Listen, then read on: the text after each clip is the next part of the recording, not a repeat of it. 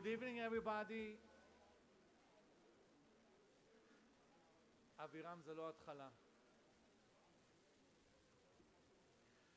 I would like you to please take your seats here in the auditorium, and those on Zoom, we should begin proceeding in a few minutes. Thank you. Please take your seats. This event is broadcasting live on more than 15 broadcasting outlets, so we need to start on time. And also our keynote speaker, where is Gal here? She's here. Is here already? Okay.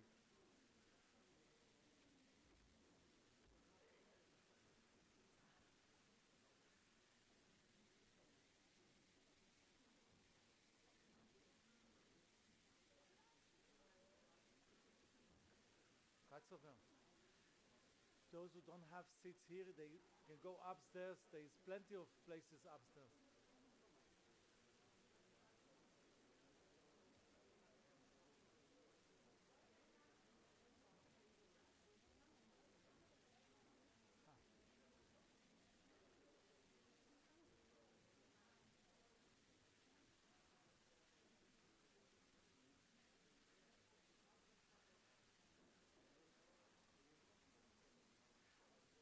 Good evening to those who have joined us in Jerusalem, journalists, influencers, bloggers, and more.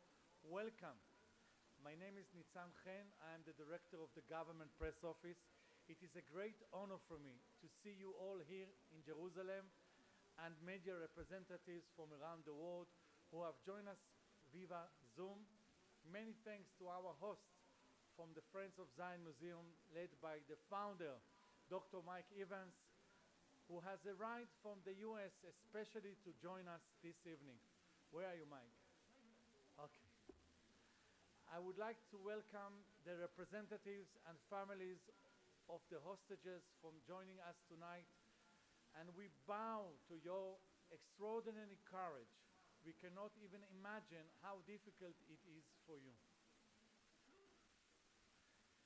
The last 3 months have perhaps been the most traumatic and tragic in our Israeli experience, and the battles keep on raging, the sorrow keeps on coming. Just 2 days ago, we commemorated International Holocaust Day, and we frankly didn't think that events of that terrible time would ever happen again. But we were wrong. And the same evil, hatred, and brutal ideology seeking to wipe Jews off the face of the earth has shown its ugly face in full technical color for the whole world to see. תסדר את הסאונד בבקשה. But there are those who do not see. There are those who choose not to see. And there are those who choose to distort what they see.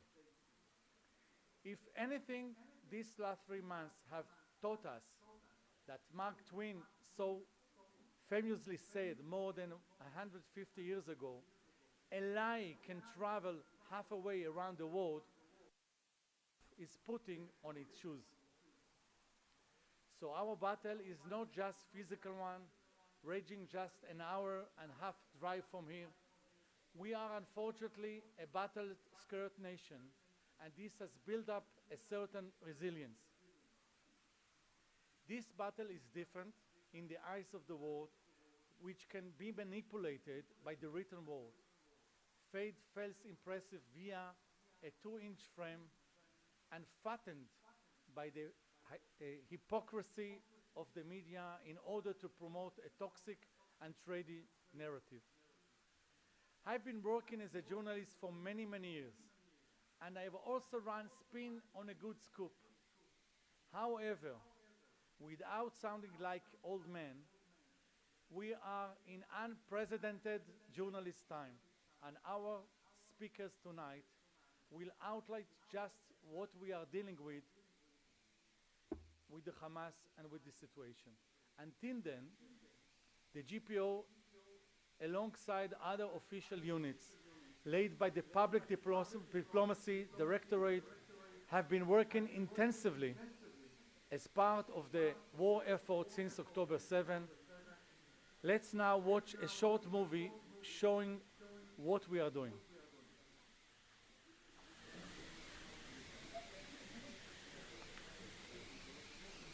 למה הסאונד הזה?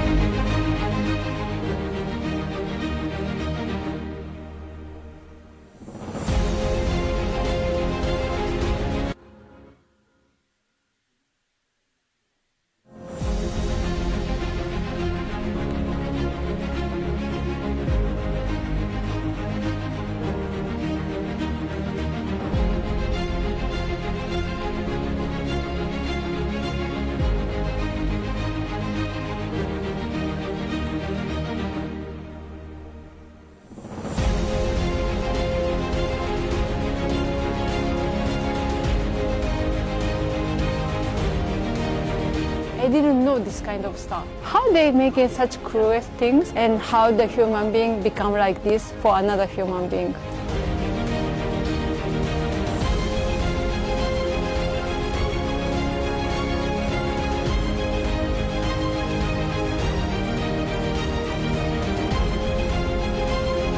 It was something very cruel. It was something very brutal. I felt disgusting.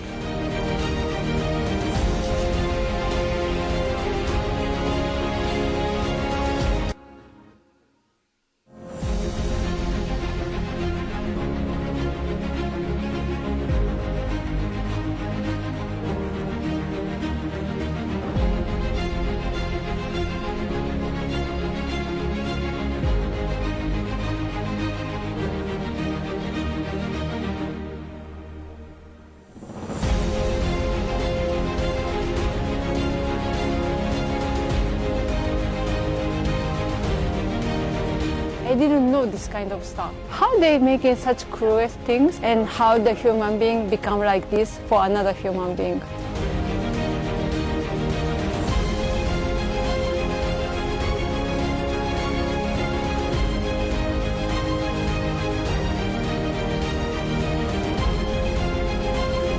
It was something very cruel. It was something very brutal. I felt disgusting.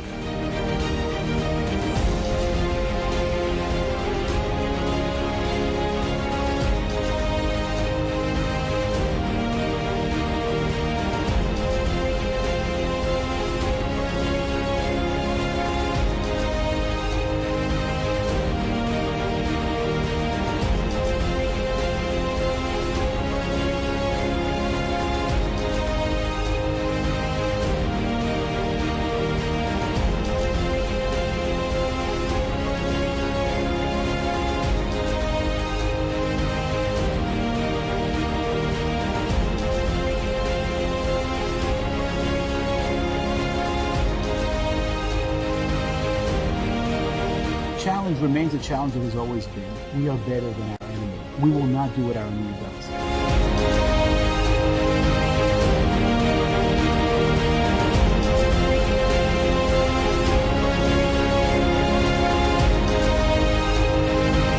הטבח שהיה כאן בכפר עזה ב-7 באוקטובר היה אחד הימים הקשים מאז פרוץ הקרבות. עשרות הרוגים, עשרות חטופים ונעדר אחד.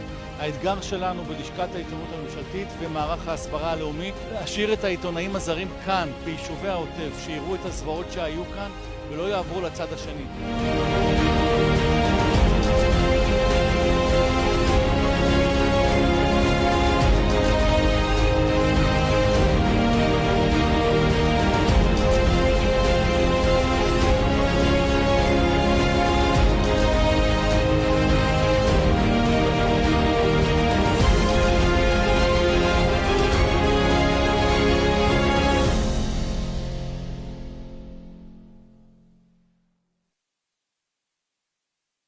For 3 hours that something going on.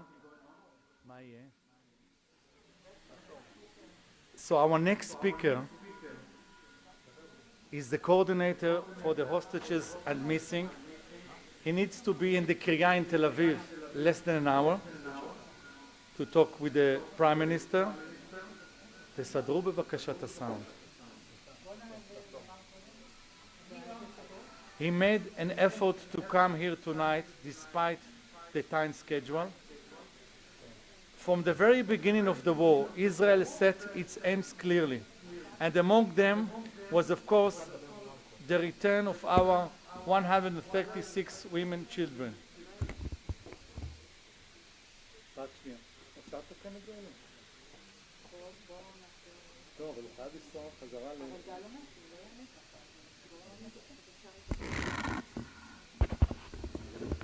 What is Ariel's point?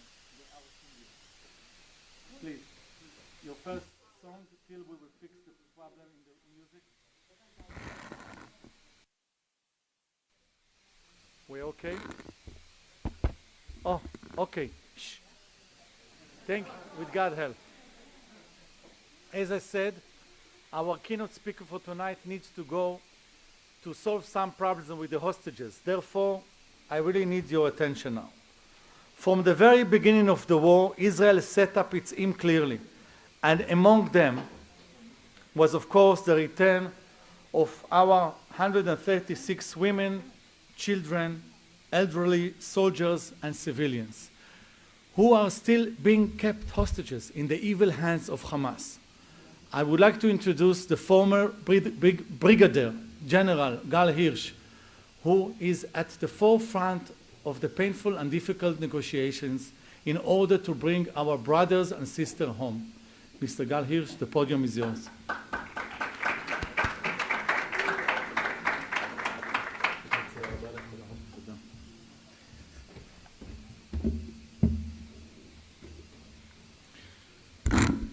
Shalom, good evening.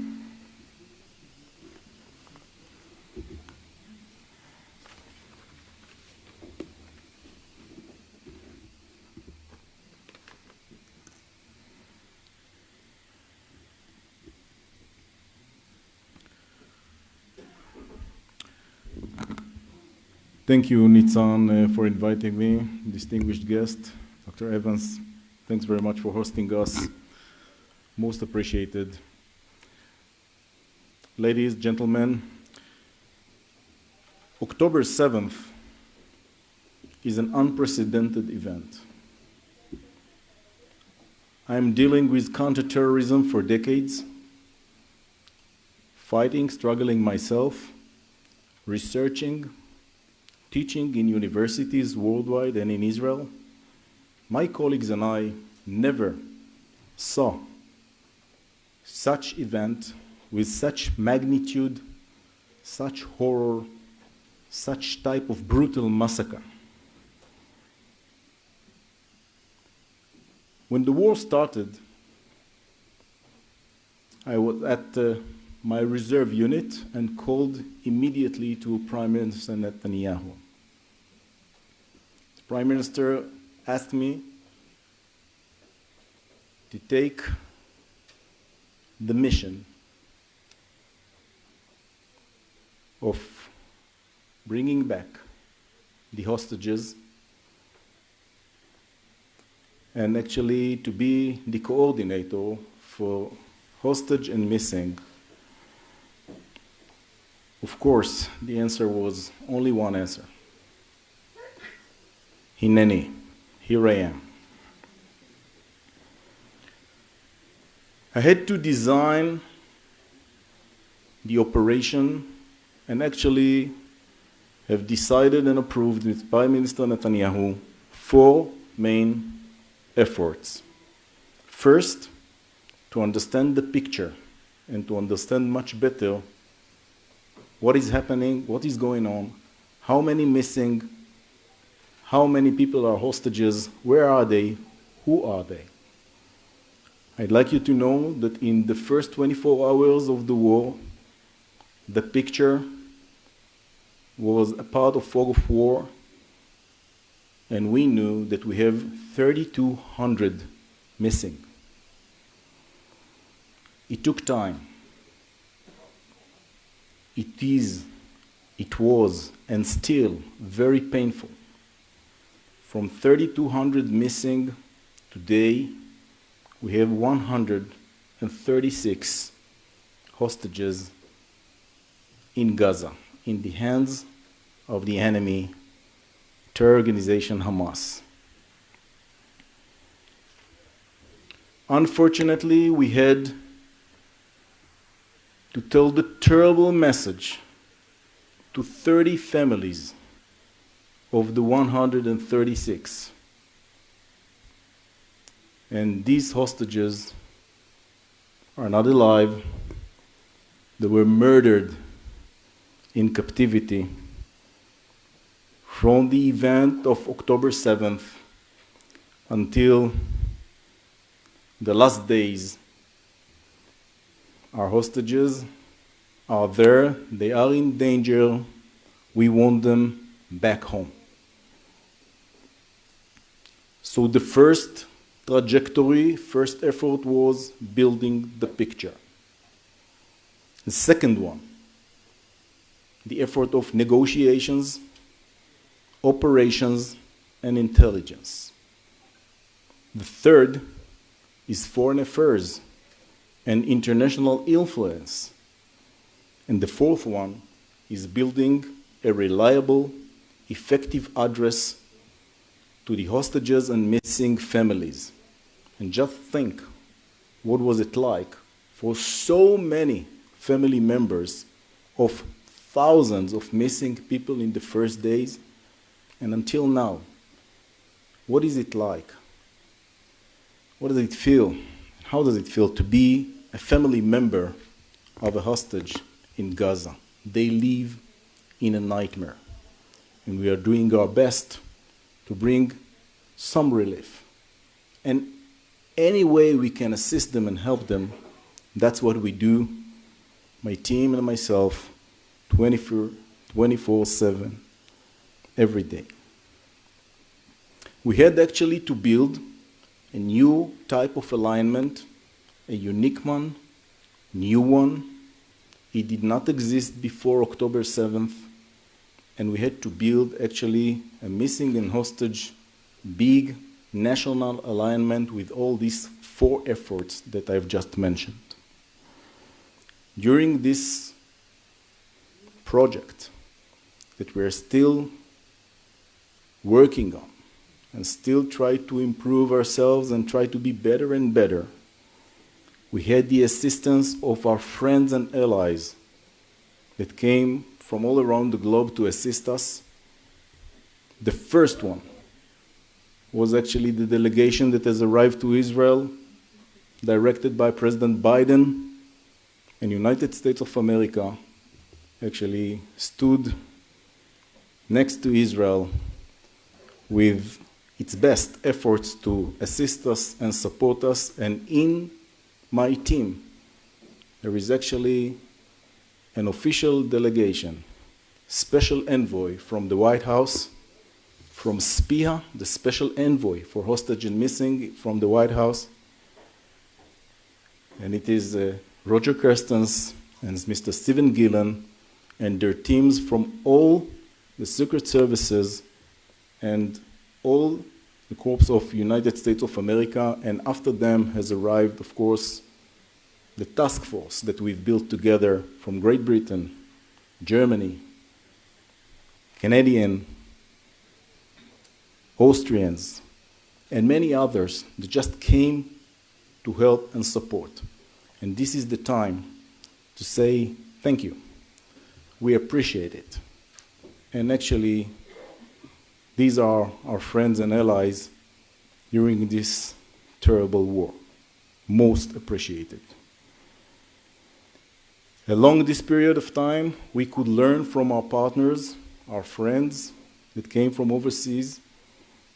We learned from them, and they're learning from us, because the way that we need to cope against such a crisis that has never happened ever in modern history is something that need to be learned from, because if terrorists will bypass Israel or infiltrate through our fortress on the living spring of terrorism, everything will arrive to the neighborhoods worldwide, and terrorism will knock on the doors all around the globe, and the terrorists are inspiring each other.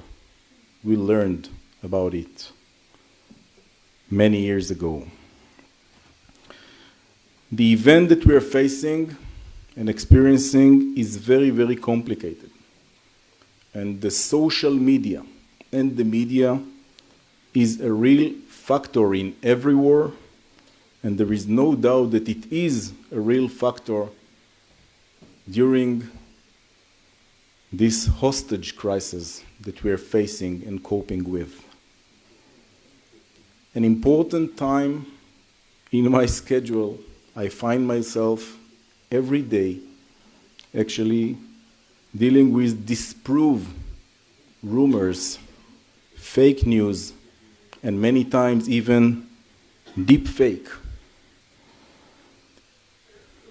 Wrong information and breaking news that are not really news, putting terrible burden, bringing terrible sorrow to the families of the hostages, and actually it makes a difficulty not only for them, for all of us.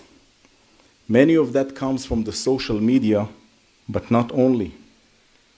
We are struggling against terror organization. It's a monster, and it creates a big difficulty because we are dealing actually with psyops, psychological operations that our enemy is trying to use very effectively along the war from the very beginning of it until now.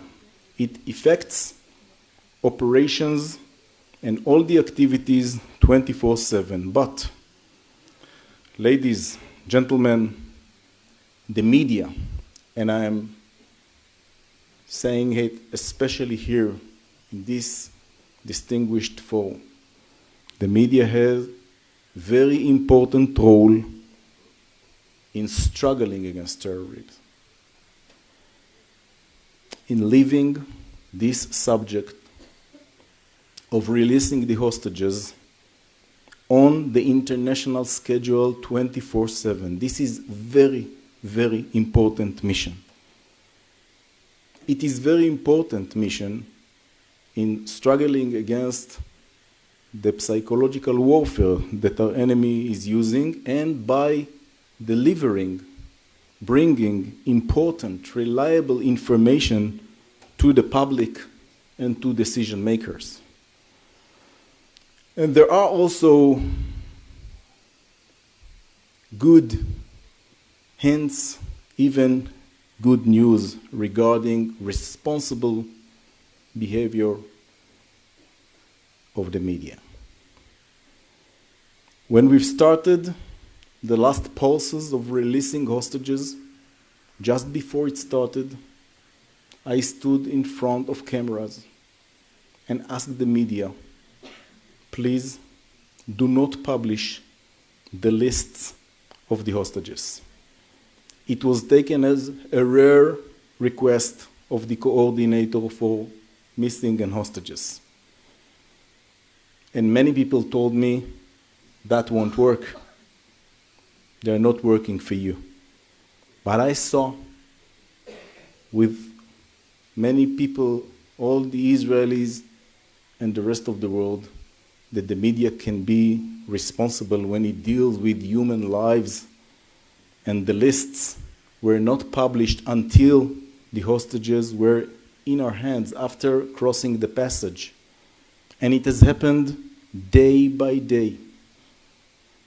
And this is most appreciated and says a lot about responsibility and the capability of being responsible, decent, and reliable. I also want to appreciate the Israeli media for not publishing the propaganda and the psychological warfare videos that the enemy is launching via social media and other sources. I'm not taking it for granted. It is most appreciated not to help the enemy in warfare. And I want to thank especially the dear families of hostages for their unbelievable effort here in Israel and worldwide, 24/7, the families are interviewed,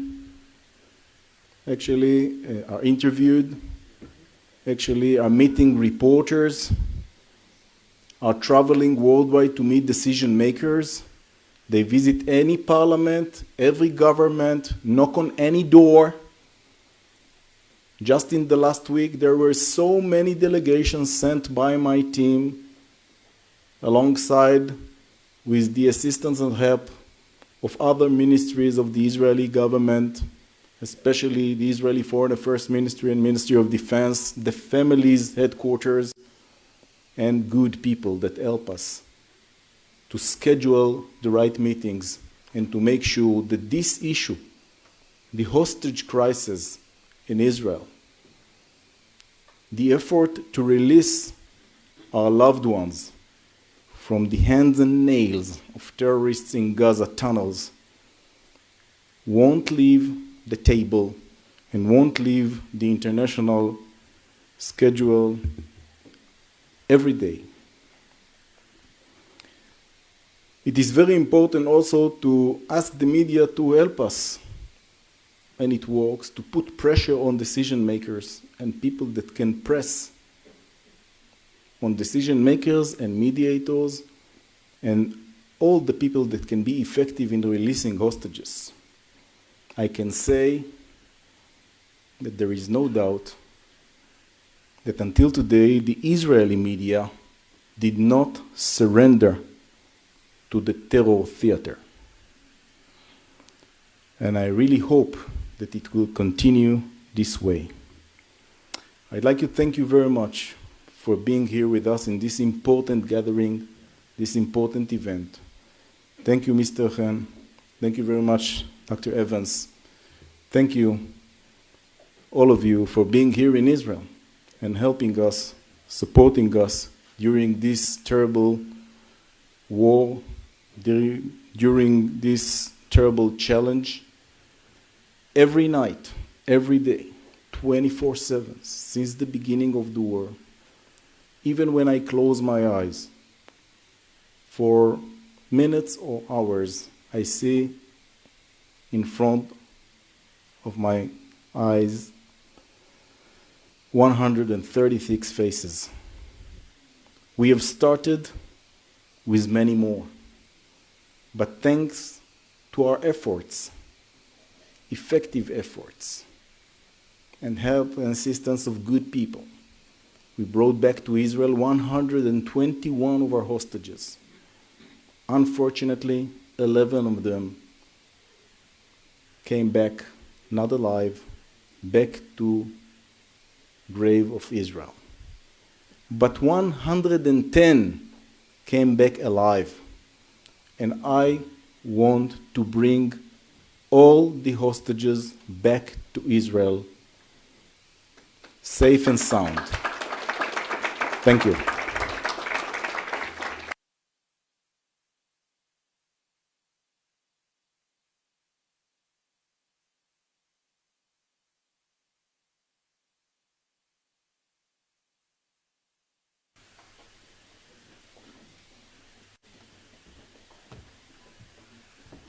Thank you, Gal, for your remarkable remarks. Your task is almost too difficult to bear. We will let you go back to the Kirya, to the Prime Minister meeting, and בשורות טובות, חדשות טובות, good news. I hope we'll have tonight and we remember this event forever. Thank you, Gal. Our host here at the Honorable Foes Museum, together with other people and organizations who care about Israel, have also been working day and night in public diplomacy efforts. For that, we thank you. And so this evening, I'm happy to introduce our host and partner for many years, with a lot of love for Israel, the founder of Foes Museum, Dr. Mike Evans.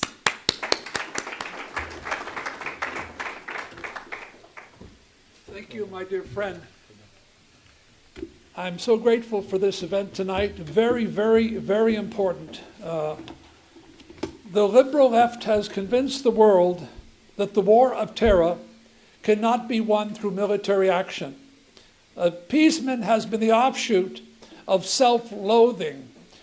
Rather than believing that those who wage war against Israel on October 7th are evil, they see Israel as evil for retaliating. This is a very important time that you have had this event, very important time, because we have a problem right now in America. We've had 160 attacks on U.S. forces by Iran and its proxies since October 7th. And we just had another one, the killing of 3 U.S. servicemen on Tower 22 on Sunday, yesterday, January 28th, and at least 34 others who were injured. I just communicated a message, which I'm going to share with you, to President Donald Trump.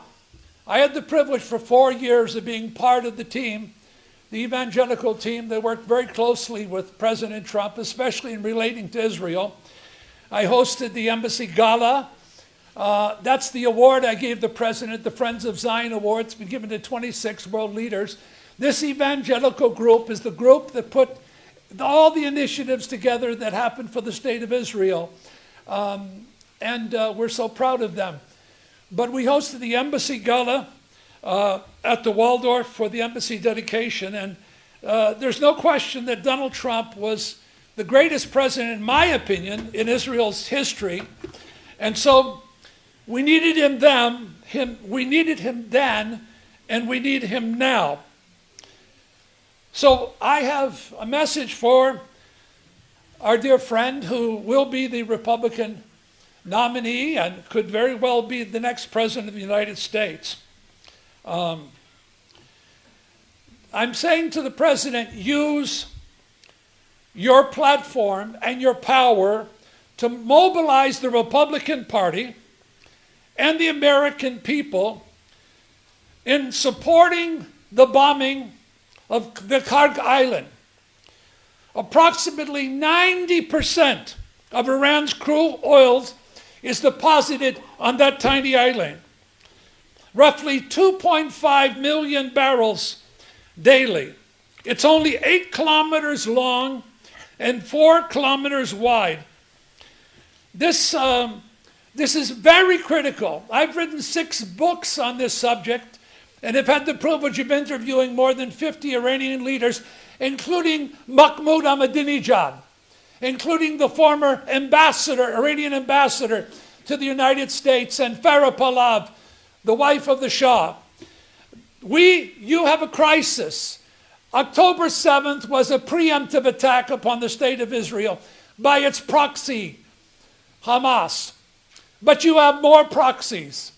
Shimon Peres, our chairman, more than 25 years ago said, the new wars of the 21st century will be media wars.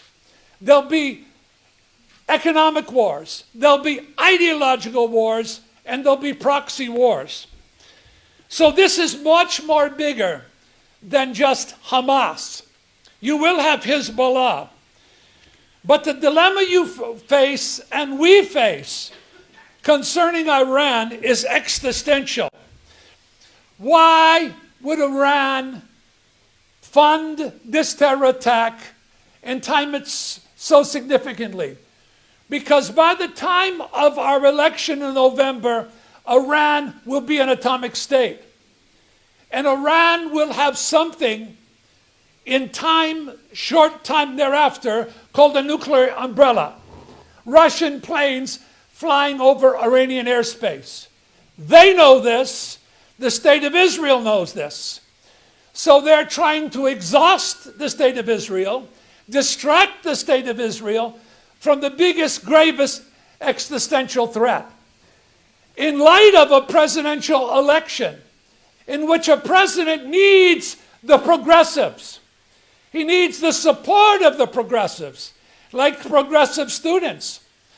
So this is an appeal to President Trump, who's maintained astonishing moral clarity, to stand up and speak up in regard to this. America has to respond. They've got to respond to this crisis, but they got to respond strongly. Iran needs to be bankrupted. It needs to be, the cash has to be shut off. The president did it with sanctions, significantly. But right now, Iran has a tremendous free reign. 42 billion they made since that period of time. So this is a message to the president that I've sent moments ago through one of his key people, encouraging. But I want to thank you all for coming tonight. I want to thank you for your support, especially, this is critical with the media, that we all unite together and stand behind the state of Israel at this time. God bless you.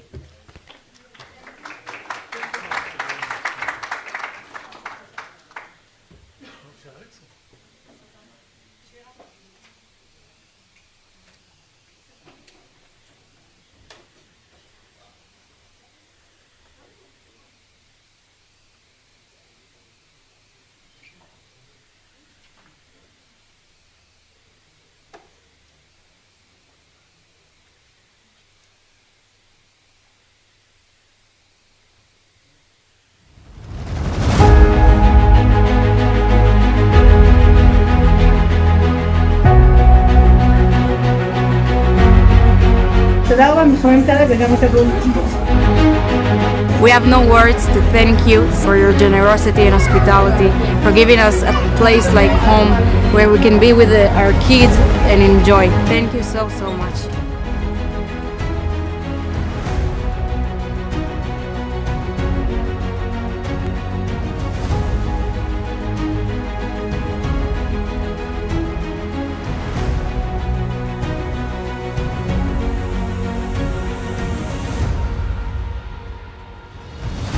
Oh my God. Thank you.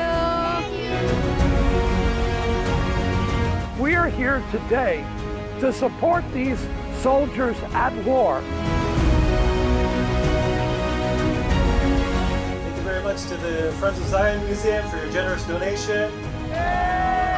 Thank you, Friend of Zion. It's a great honor to have you here tonight. God bless you and have a wonderful night. אני רוצה לומר לכם תודה על מה שאתם עושים, על השליחות שלכם. After a long time, it's the first time that we smiled. So I want to thank you for all your friendship, all the things that you do for Israel.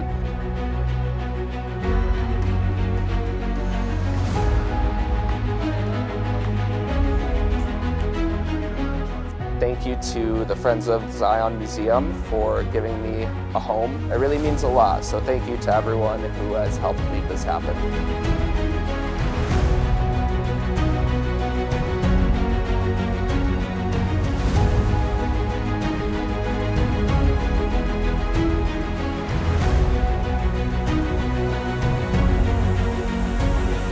I want to thank you so much for all the gifts and for the happy event you did for me.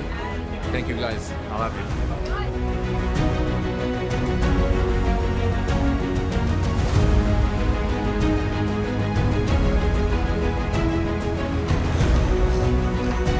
חנוכה שמח, אנחנו כאן בשבילכם, למענכם.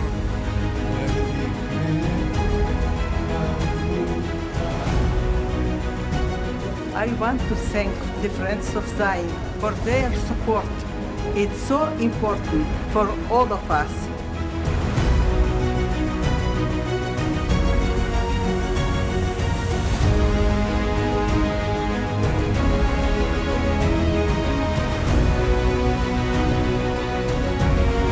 Rosa? I thank you very much that you remember people who are in hard situation. We'll make sure you have plenty of medicine and food. God bless you, Rosa. This bomb shelter is the community center for Holocaust survivors. And these are Holocaust survivors that are family. We have loved them, we've cared for them now for over a decade. My nephew Ophir, here he is. This is Omer, my sunshine. She was in her base at the 7th of October. I was with her on the phone 4.5 hours. הבן שלי איתן חטוף ונמצא עכשיו בעזה. כבר חודש ימים, אנחנו לא יודעים מה מצבו. You see the terrorists coming, throwing grenades inside, and you see him throwing the grenade outside. I used to have 6 sons, now I have 5. It's my favorite, unique son. Always was, always will be.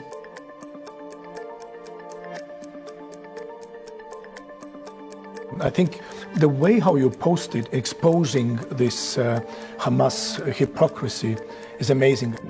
We are by the Gaza border and the bombs are flying everywhere. Israel's at war. They started with the vehicles along the road. They blocked the exits and then they entered to slaughter and massacre the young men and women. How many died here? 1, 2, 3, 4, 5. Now we're gonna get inside the shelter where everything happened. I want to thank this opportunity, Mike, and thank you personally and the friend of Zion for all what you are doing for supporting us in this difficult time.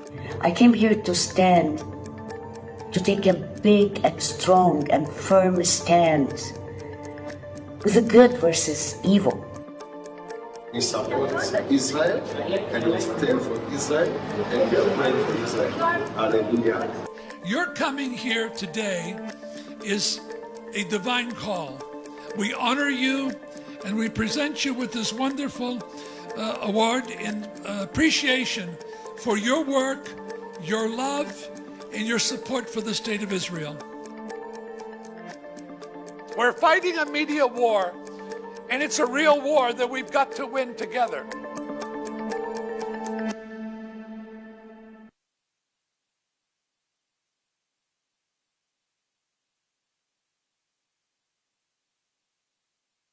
President Isaac Herzog, Yitzhak Herzog, is working tirelessly on the diplomatic front to advocate on behalf of the State of Israel. He has kindly taken time to send us his greeting. Dear members of the foreign media, I want to thank how many of you have done so much to bring to the world the voices of the families of the hostages and the stories of the hostages themselves, to tell the stories of the victims, to shed light on the darkness of October 7th and on the ongoing crisis against our people held in captivity by Hamas.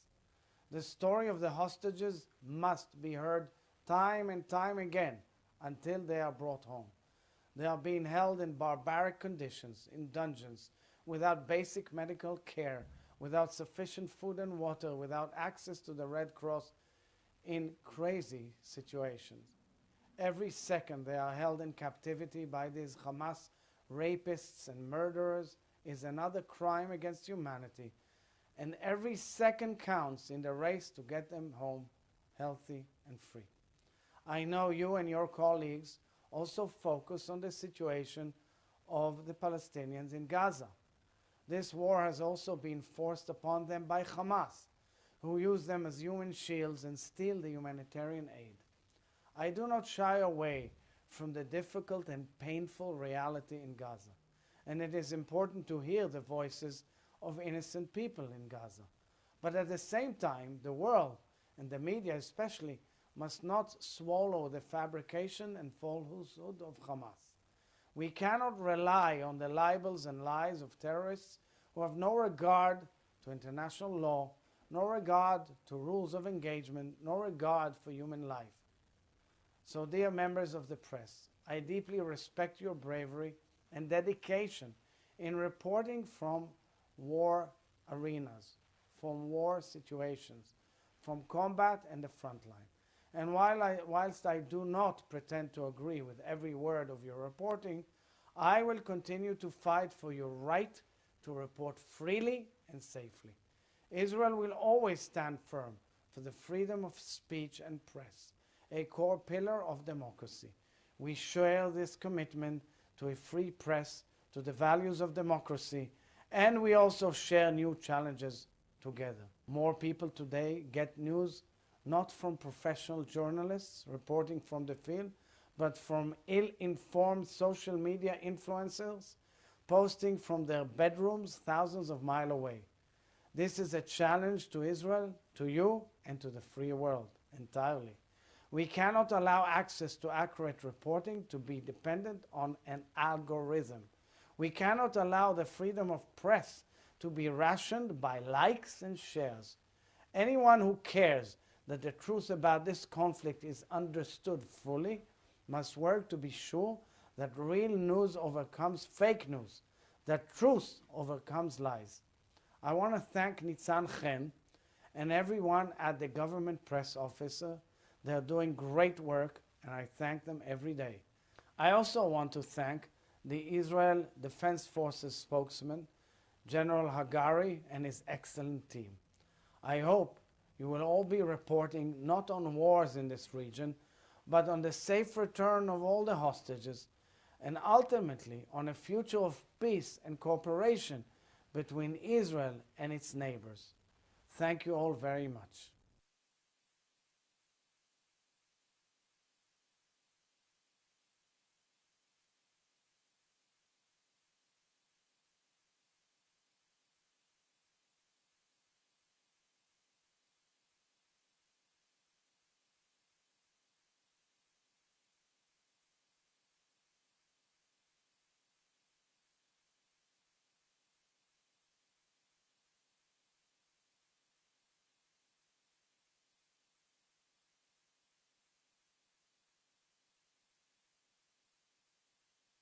Is working constantly to fight fake news and deliver the facts, whether it's the IDF, the police, the Ministry of Foreign Affairs, or any other organization. So Richard Hecht is voicing the IDF's achievements and worries in an accessible way to the world and successfully changing conceptions. Richard, the microphone is yours. Thank you.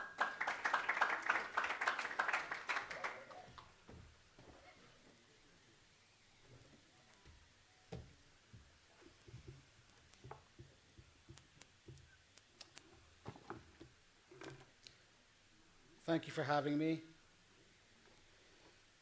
Honoured guests, I would like to first of all thank Mr. Nitzan Chen and the GPO for inviting me to this very, very important meeting. And of course, Your Excellency, Dr. Mike Evans and the Friends of Zion Heritage Centre. Thank you for having me tonight. It's a real honour to be here. I think that there's still a... Can you hear me okay? Okay. This is a defining moment, as General Hale said, in Israel's history. It began on the morning of October 7th and continues 115 days later. Who can forget the pictures from that fateful morning? The images of Shiri Bibas shielding her two red-headed babies from the hands of Hamas, scorched every Israeli. The clips of young women and men from all around the world at the Nova Music Festival coming under attack from all angles. And the video of the Holocaust survivor and grandmother, Yafa Adal, being driven in a golf cart, ridiculed into the Gaza Strip.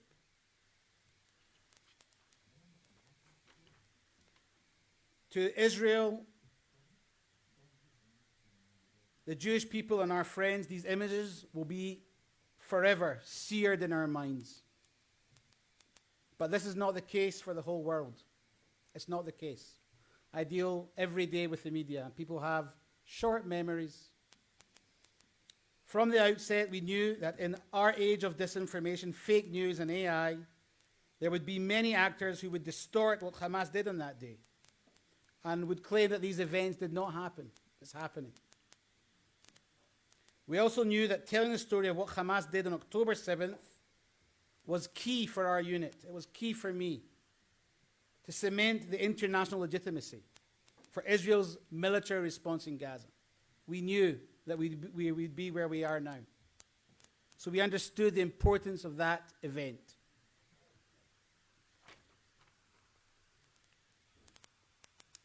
After October 7th, I was thinking, called to witness what happened in Bergen-Belsen. I'm a fan of history. And after seeing the Nazi concentration camps, urgently said to bring the press, to show them, because no one would believe what happened. With this in mind, in the IDF, we opened up Kfar Aza already on the 10th of October, together with the GPO, and it was very complicated. There was a surge of journalists that arrived in Israel, and we said that they had to see it with their own eyes, not with an IDF spokesman talking about it, them walking through Kfar Aza. There were bodies laying on the ground, the stench of death was in the air, and we were in an active war zone. And that day, the journalists had a full picture of the destruction that was wrought upon us on October 7th to the world.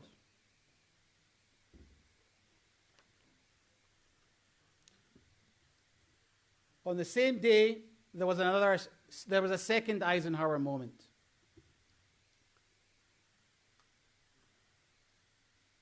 To me, as a military man who's been working many years with the American military, of the Gerald R.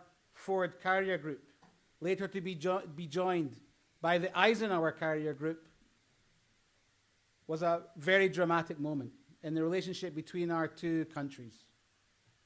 Israel had been attacked in an unprecedented way, and our closest ally and friend immediately understood where we were. I don't know, this isn't, people don't remember, but on the evening of the 7th, Muhammad Deif came out of the darkness. He's a sort of mythic Hamas heinous member. And he called the Arab world, listen, the Jews are on their knees. I asked the Arab world to join us in the Al-Aqsa storm. It was a dramatic moment. There was a sense of being overrun. The fact that Americans made that action was dramatic. And the messaging behind that was clear to our other enemies, who considered them maybe joining in, because Hezbollah started firing. It said to them, don't.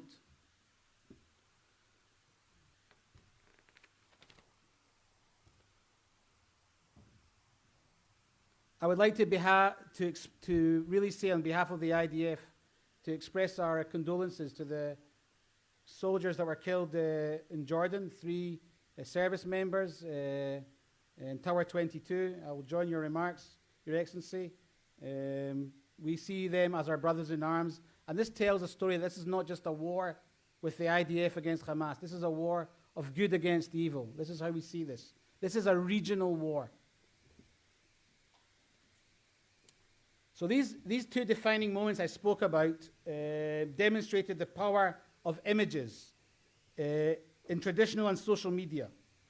But we also saw during the beginning of this war how quickly the international media was able to change events in the ground for the worse, not for the good.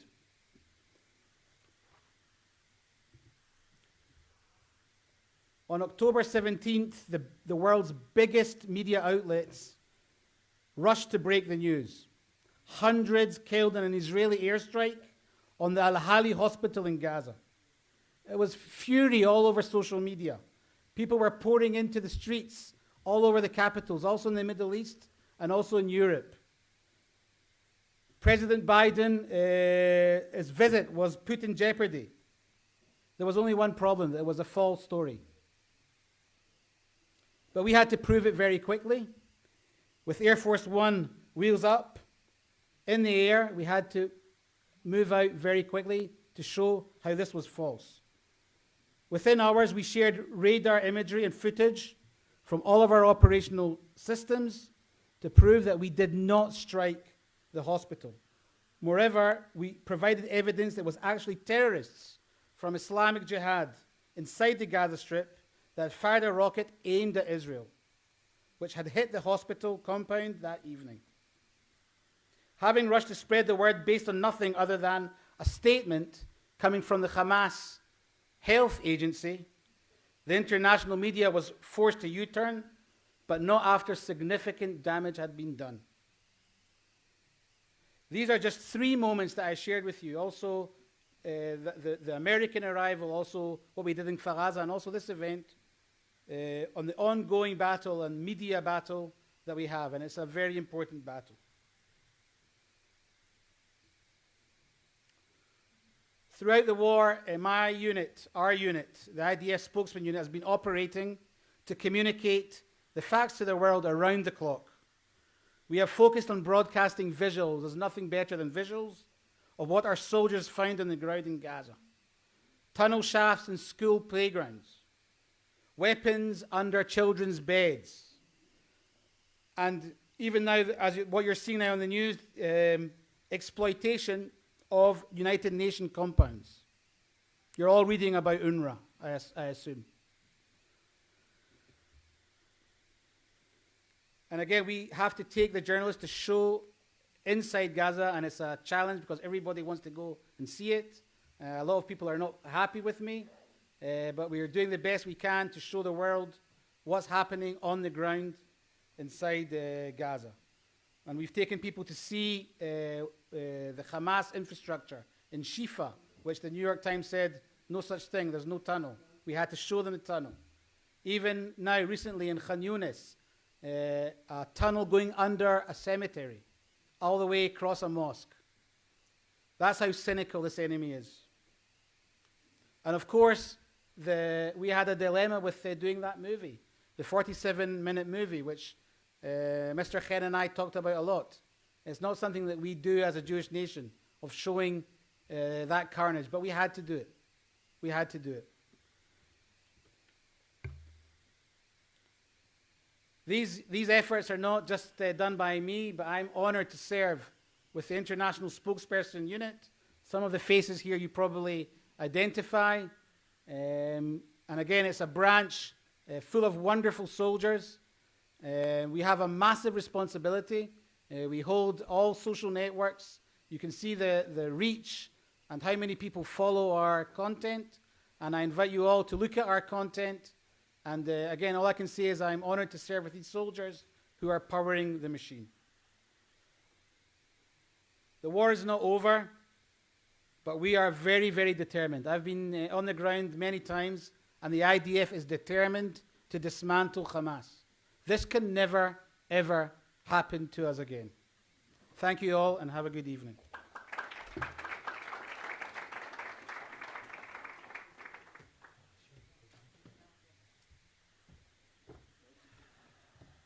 And now, ladies and gentlemen, the word context has become a bit of a catchword after the Ivy League Senate hearing, as the war on the narrative includes who is the victim and who is the aggressor.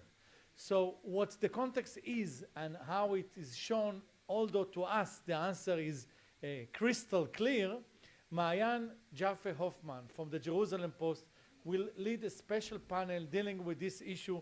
Thank you, Maayan, and guests, where are you, please?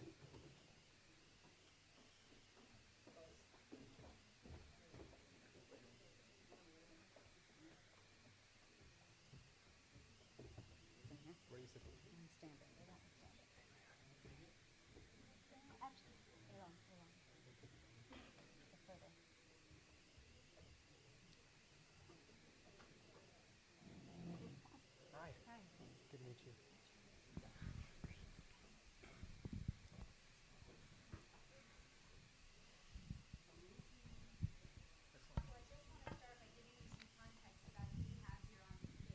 Because these are 5 very dynamic and very important journalists and thought leaders in the field.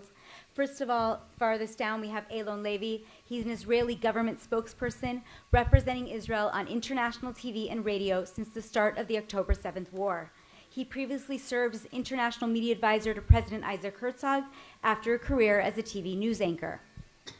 We have next to him Chris Mitchell. He established the CBN News Middle East Bureau in August 2000, and since then, he's covered the major events in the region, from the Second Intifada, the rise and fall of ISIS to Israel's current war with Hamas. He told the story of persecuted Christians from the Middle East, and he serves also as executive producer of Jerusalem Dateline. Here we have next to him, this is Alex Gandler. He's the deputy spokesperson for the Ministry of Foreign Affairs in Israel, in charge of the foreign media. In his previous positions, he was posted as the Deputy Consul General of Israel to the southeastern United States and press attaché at the Israeli embassy in Moscow. Next to him, we have Ashkan Safeh, moved to Israel 14 years ago. He worked for several outlets, including Voice of Israel, I don't know if I'm going to pronounce this right, but Tehran, Haifa, Tel Aviv, and Iran Wire. He's been working at as an Iran international TV correspondent in Israel for the last 4.5 years, and he studied Middle East Studies at the University of Haifa. And finally, we have Zach Anders, a freelancer for Fox News and I-24. He's one of the youngest Emmy Award-winning journalists in the country, and he's reported from Ukraine, the earthquakes in Turkey, and now, of course, the current Israel-Hamas war. So I want to start. We don't have a lot of time here with so many panelists, and it's hard to follow such acts as Mike Evans, who was able to give his speech in the video that we saw on the screen. But I think that we need to start out by understanding where each of you were on October 7th.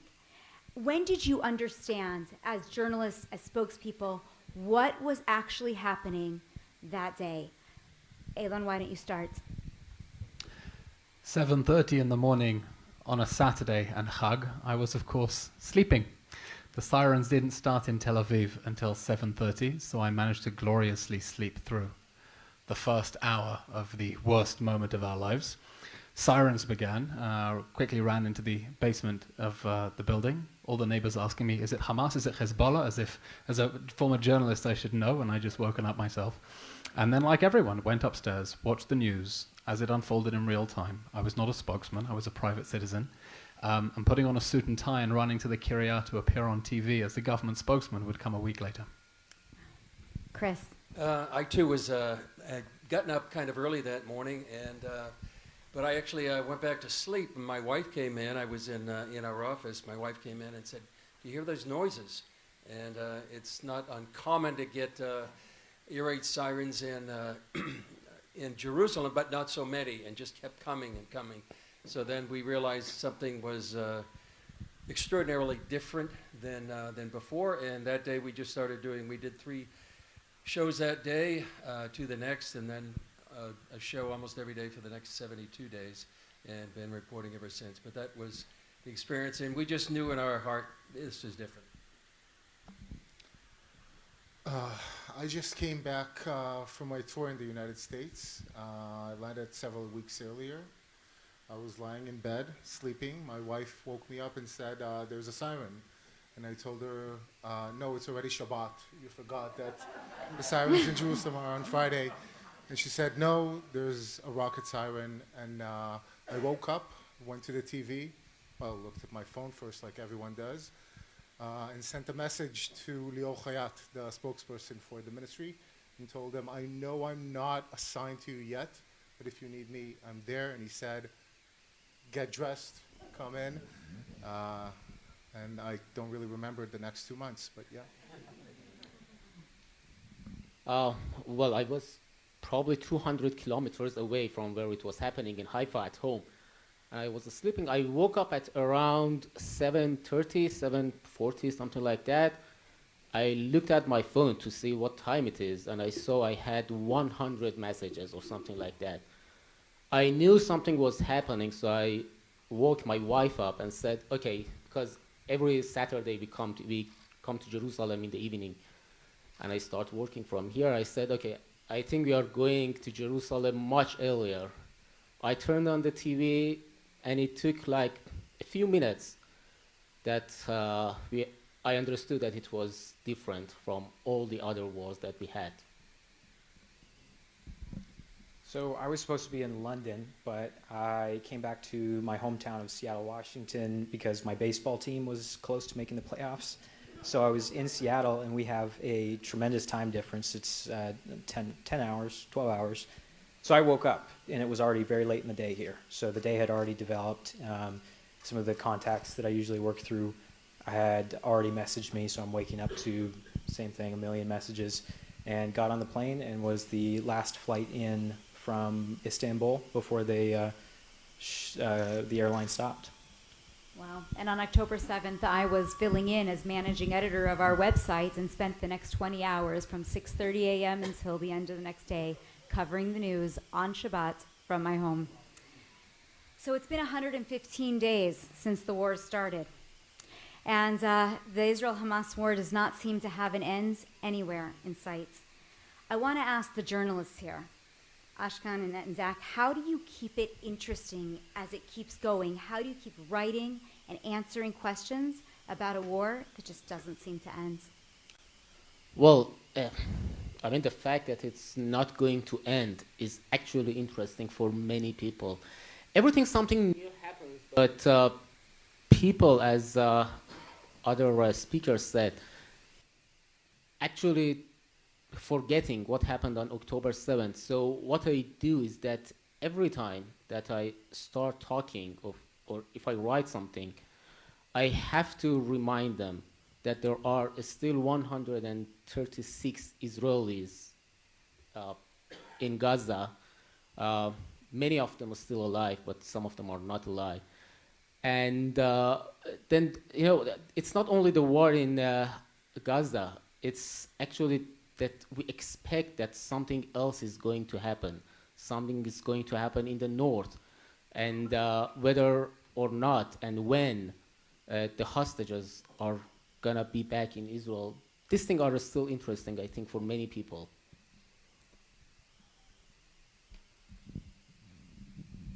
Well, one thing is that the story does continue to change. Here's just an example.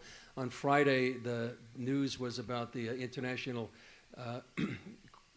Court of Justice, and then a few hours later, it was UNRWA being defunded, and then it was 3 American servicemen dying and attacked by the Iranian proxies. One thing I think from our particular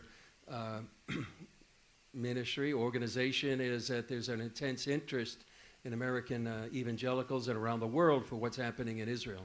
So many of them pray, and our Gordon Robertson for CBN is keeping the story alive because of what's the threat it poses to Israel, for the hostages, and for the whole region. So I think for us, it's our number one story, and I will be, I believe, for the foreseeable future, because as Khan said, we anticipate more things to come.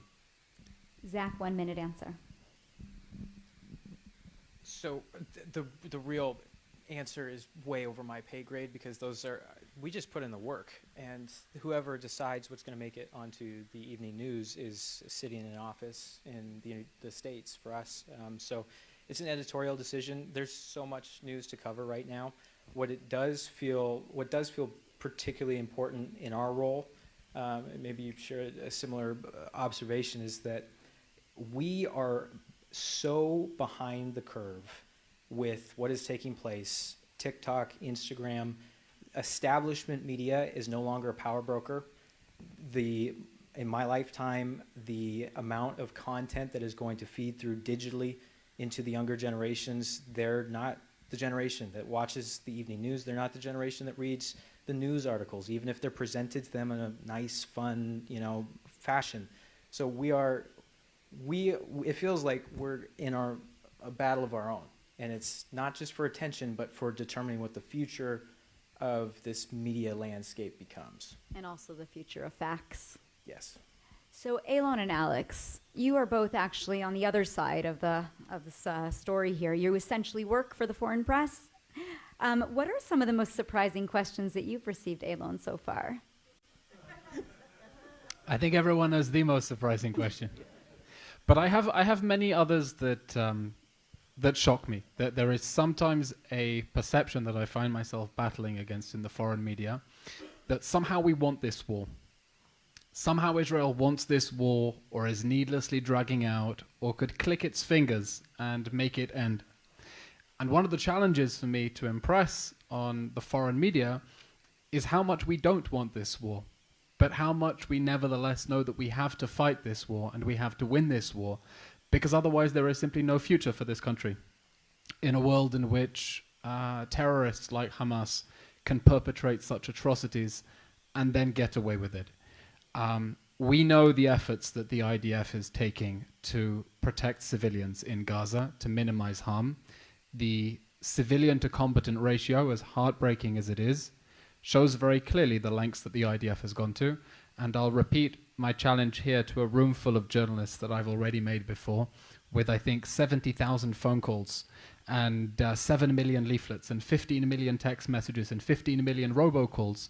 I think it's fair to say the IDF has made more warnings for civilians to evacuate a war zone than all armies in the history of warfare put together. If I'm wrong, I'm happy to be fact-checked and have the record set straight. Outrageously, though, we then get told that it is forcible displacement to urge civilians to leave a war zone where a terrorist organization is using them as human shields. So some battles are very difficult to win.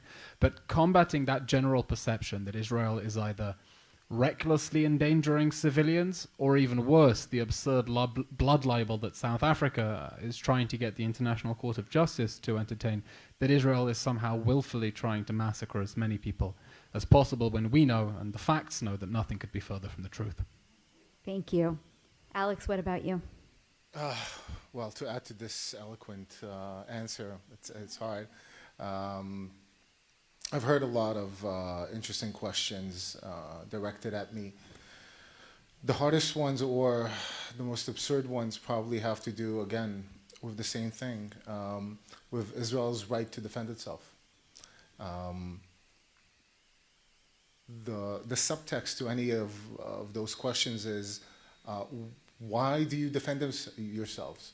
Why do you use military power?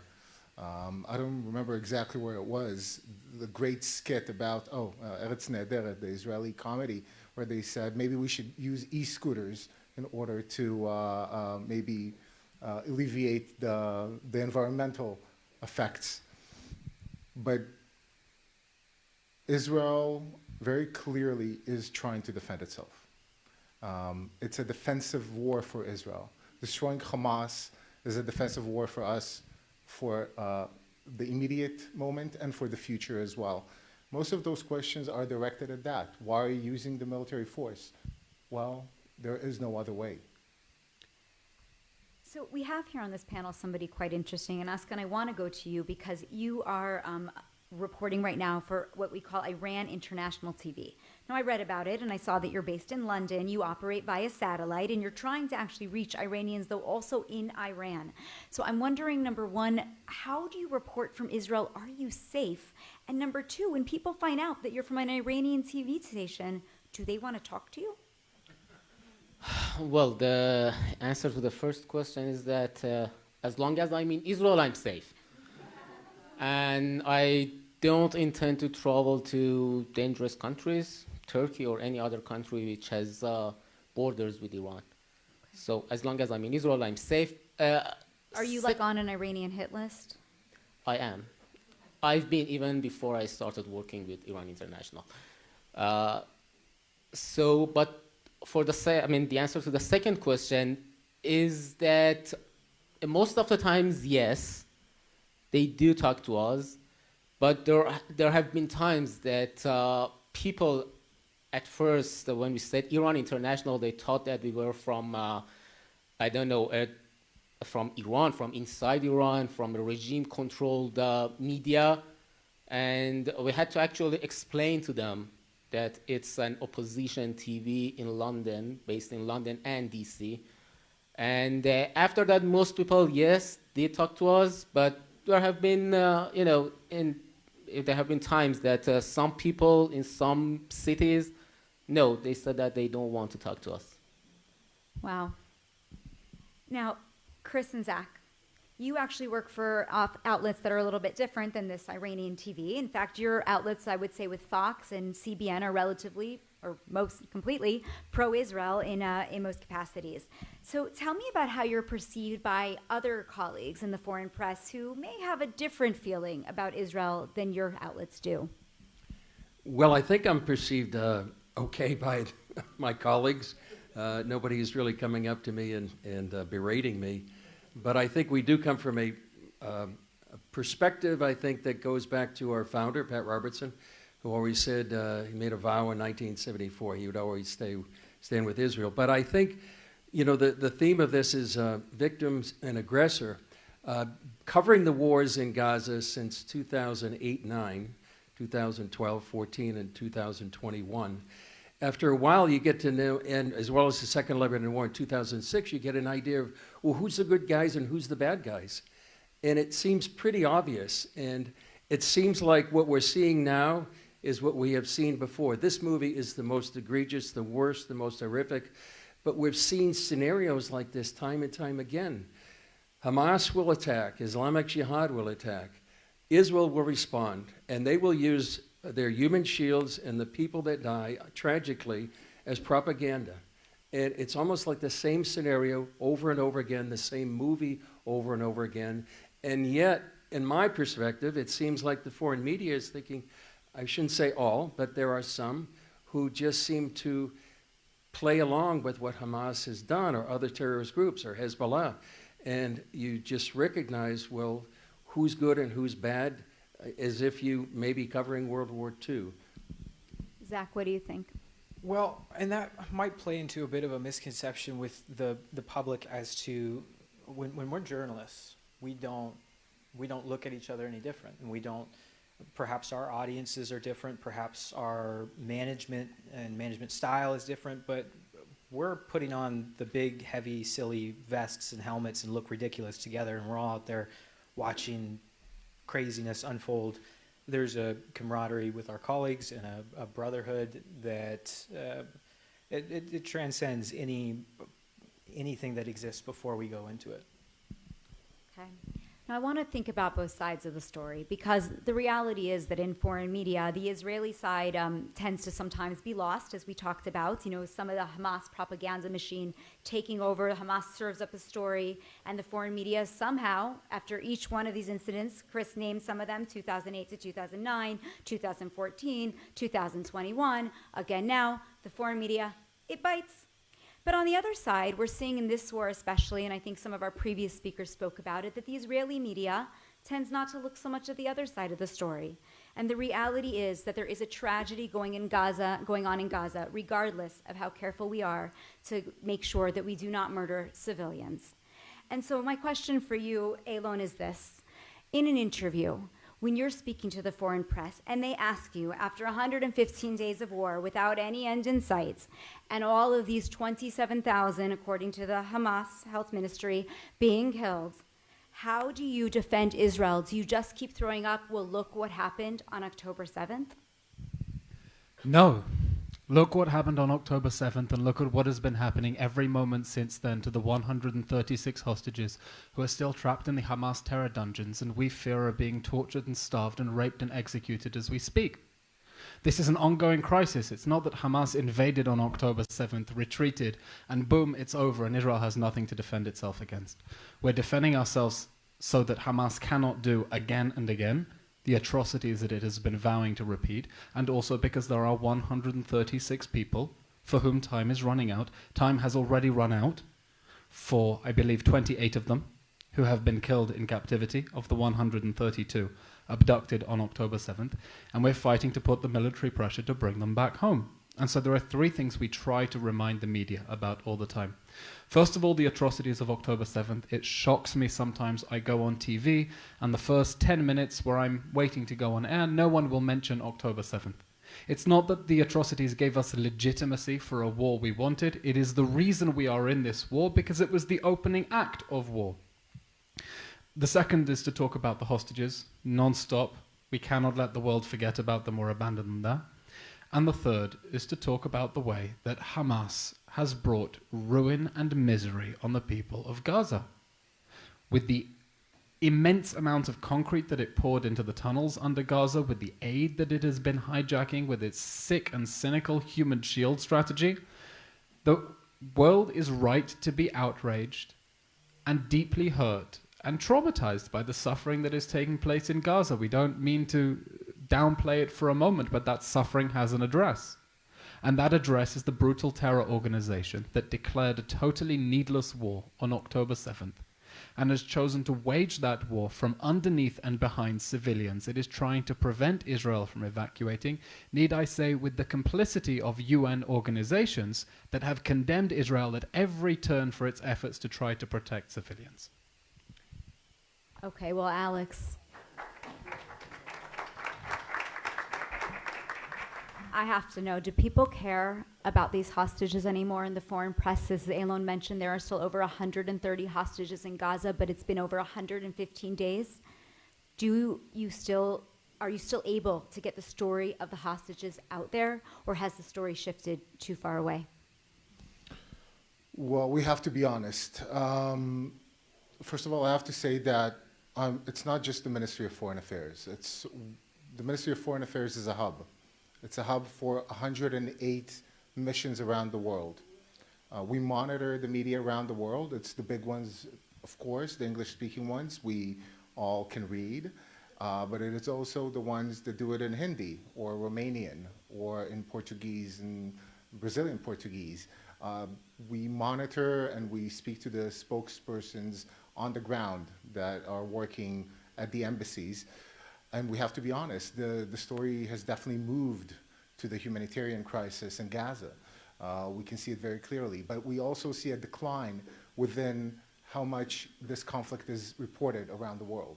So there's a small decline, or even a larger than small decline, but also it has shifted from the 136 hostages. What it means for us is that we need to take note. And we need to work harder in order to bring these stories forward. I can tell you that next week I'm going to Geneva with 36 families of hostages to present their stories both to the media. That's my role. That's why I'm going as the spokesperson. They're also meeting with members of local government and the UN and so on.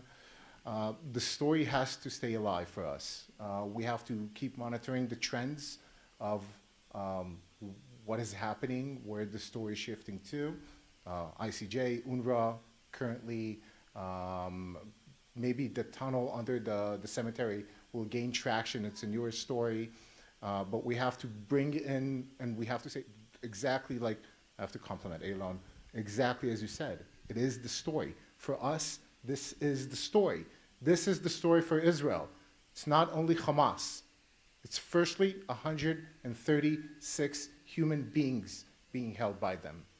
And it's also UNRWA who is holding some of them. So, it's interesting, Elon, and I want to go back to you. We now know 100% bivadaut that at least 12 UNRWA employees, if not more, were involved directly in October 7th.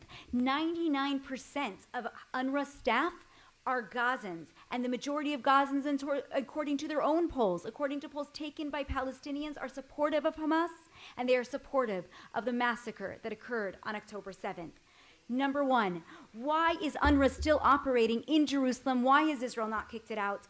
And did UNRWA give Hamas some of the information that it needed to be able to carry out that attack on October 7th? I think we're seeing a policy shift in recent days from the Prime Minister, the Foreign Minister, the Defense Minister, who are all taking a much more hawkish stance towards UNRWA and making it clear that it has no role in a post-war Gaza. As for the question regarding their involvement in the massacre, we now know that at least a dozen UNRWA members were directly involved in the massacre. According to that excellent scoop in the Wall Street Journal, we know about 10% of UNRWA staff in Gaza are directly implicated with terrorist groups. But the question goes much deeper than that, and I'll be blunt. UNRWA is a Hamas front organization.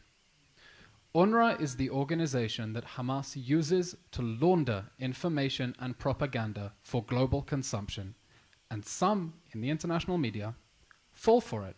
I'll give you one of the most shocking examples. Just on Friday, we saw the theater of the absurd at the ICJ, where in order to support some of the provisions, the court quoted, uncritically, UNRWA, the same organization that has been covering up for Hamas, knowingly and willingly.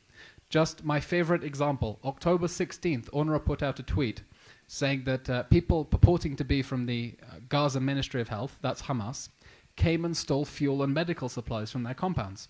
They then deleted the tweet and put out a denial, put out a clarification denying reports on social media, their own tweets. UNRWA covers up for Hamas. UNRWA is the mechanism through which Hamas takes information, puts a UN stamp on it, and then sends it out to the international community. And then I get asked interviews saying, the UN says. The UN being Mr. Lazzarini, okay? Who people with less diplomatic niceties than would be wise for me to use would call a liar. Consistently covering up and being complicit with Hamas. Tomorrow at 3:30, I will be giving our daily press briefing from the Prime Minister's office. I hope that you're all following the press briefings that we've been doing. Collaboration between the GPO and the National Public Diplomacy Directorate under Moshe Kaviv. I think it's become one of the most important institutions in Israeli Hasbara. Every day, an opportunity for foreign media to ask questions. And tomorrow, I will be dedicating the briefing to laying out the evidence of UNRWA's complicity with Hamas. You'll excuse me, therefore, that I can't stay for the whole event. I have an all-nighter to pull.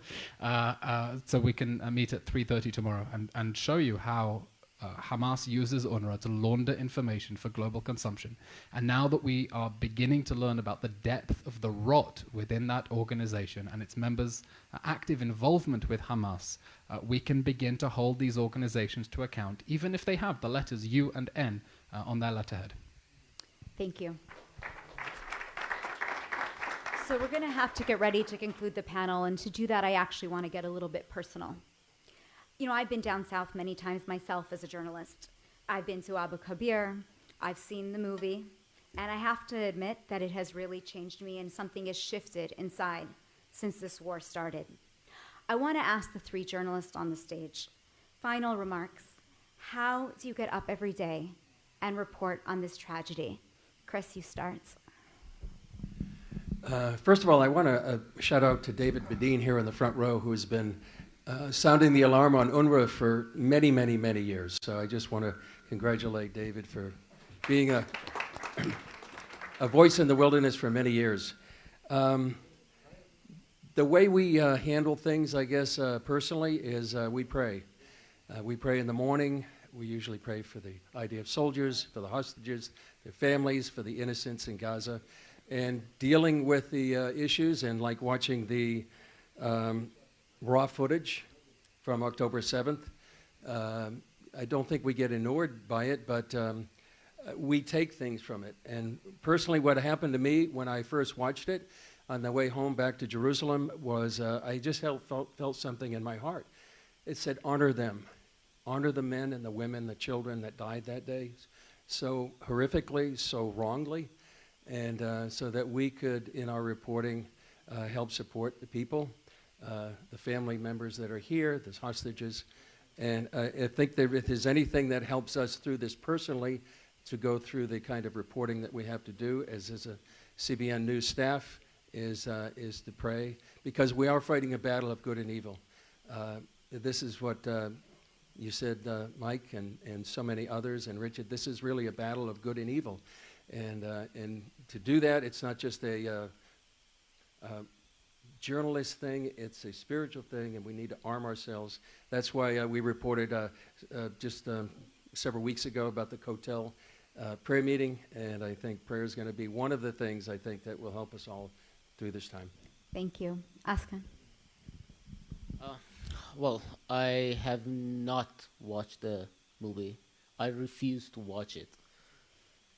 But I've been to the Gaza envelope, kibbutzim, and everything there, everywhere there. I still have the smell. I can still feel the smell from the bodies and everything. How do I deal with it? It's almost now 4 months. For the last 4 months, I buried myself under work. I have been working 24/7 without even one day off, every day for 10 to 12 hours. And I get so tired at night that I feel asleep. I can tell you that every time that a war broke out in Israel, after the war, and even during the war, I had PTSD for a few days from the sirens and the booms, the explosions and everything. This time I haven't had it yet. because I've been buried under work. Zach? Well, he hit the nail on the head. You just keep working and you try and outrun before it catches up to you. You take a day off like today and the exhaustion hits, the feelings, the memories, they all hit very hard. What's my strength right now is understanding that I'm still very young, 27. I feel like I'm going to have a very long career and a long runway in this industry that's facing existential threats. That if the freedom of information, if free speech is the pillar or the foundation of our democracy, it is under attack from every angle. It is crumbling, it is sinking. And we right now are combating, we don't even know what our enemy is. The TikTok algorithm, does anyone know how that formula is accounted for? How the Chinese government decides who gets to see what and when? We are so far beyond the curve, and we don't know what comes next, but I can tell you that it is scary. The artificial intelligence that will enter into this arena, you're going to see a video of me someday, and it's not going to be me. And I'm going to tell you something, and it's not going to be the truth. That is what we're fighting against. It is scary, and we need to do something. Our states need to take action. There needs to be a digital Bill of Rights. We got to do something. Wow. Thank you. Thank you all so much for participating in the panel.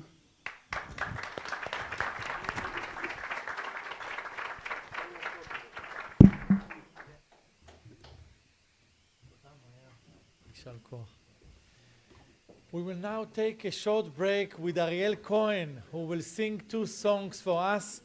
Then we will have the other panel. Where are you, Ariel?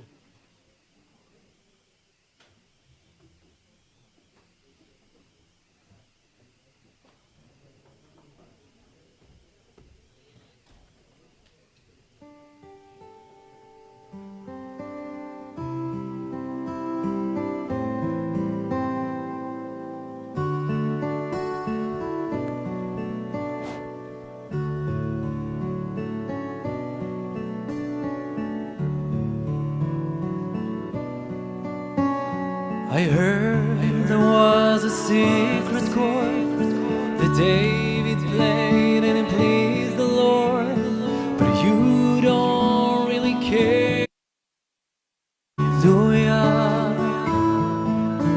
Well, it goes like this: the 4, the 5th, the minor fall, the major lead, the baffled king composing hallelujah.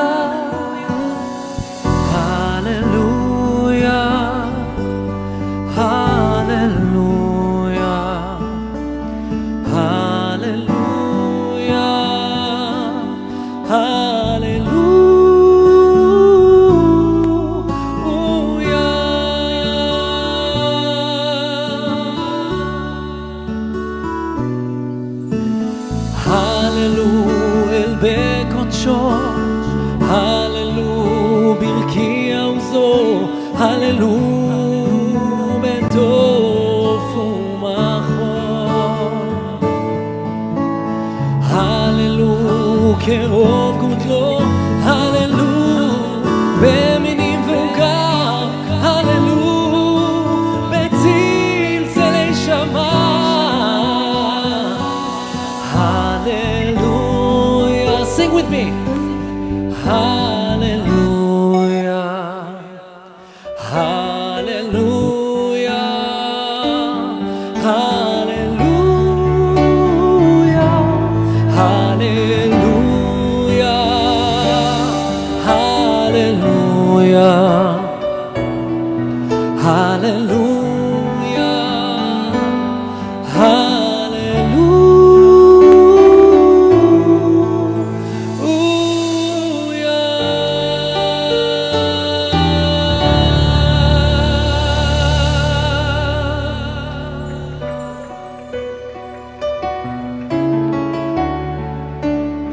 בעזרת השם שישובו כל החטופים הביתה. Bring them back, בעזרת השם. ריח הכבוד עוד באוויר, עם עייף חובש פצעיו, יושב סופר ימיו, צעקות בושה בכל העיר, דור רוצה תשובה עכשיו, זכאי ולא חייב, בגוף עייף מכישלונות, בלב שבור לחתיכות, נחכה לך שתקבל פנינו, לך קראנו בלילות ועוד נצעק ברחובות, רחם עלינו אבא, הושיענו, הושיענו.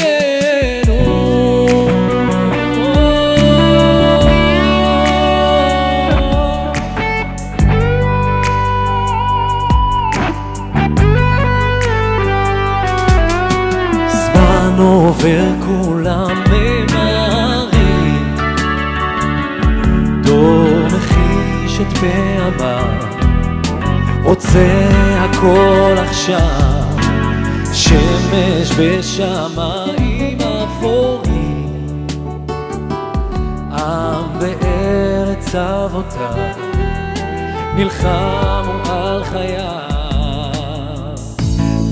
בגוף עייף מכישלונות, בלב שבור לחתיכות, נחכה לך שתקבל פנינו, לך קראנו בלילות ועוד נצעק ברחובות, חכה לנו אבא, הושיענו, הושיענו.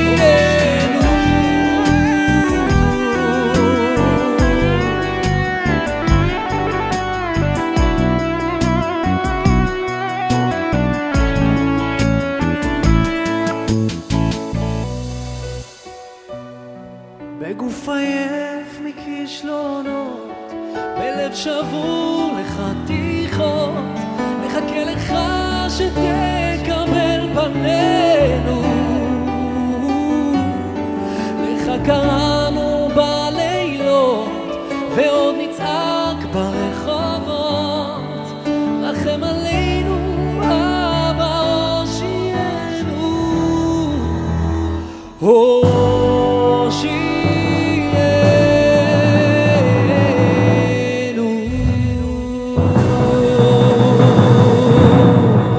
תודה רבה, thank you.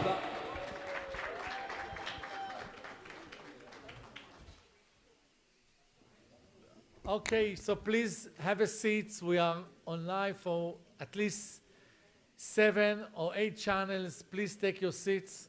We would like to start with the very important panel. We are a nation at war. At the very epicenter of that war is this particularly heartbreaking situation of the hostages and their families. And we are still reeling from the events of October 7th. Israel is such a small country. You did not have to go further than 2 or 3 people in your circle, or friends or people you know, to find a connection to the terrible events of that day. Before we start the next panel with the families of the hostages, I would like to present Liat Sommer. She is the head of the international media team of the Hostages and Families Forum. Liat, where are you?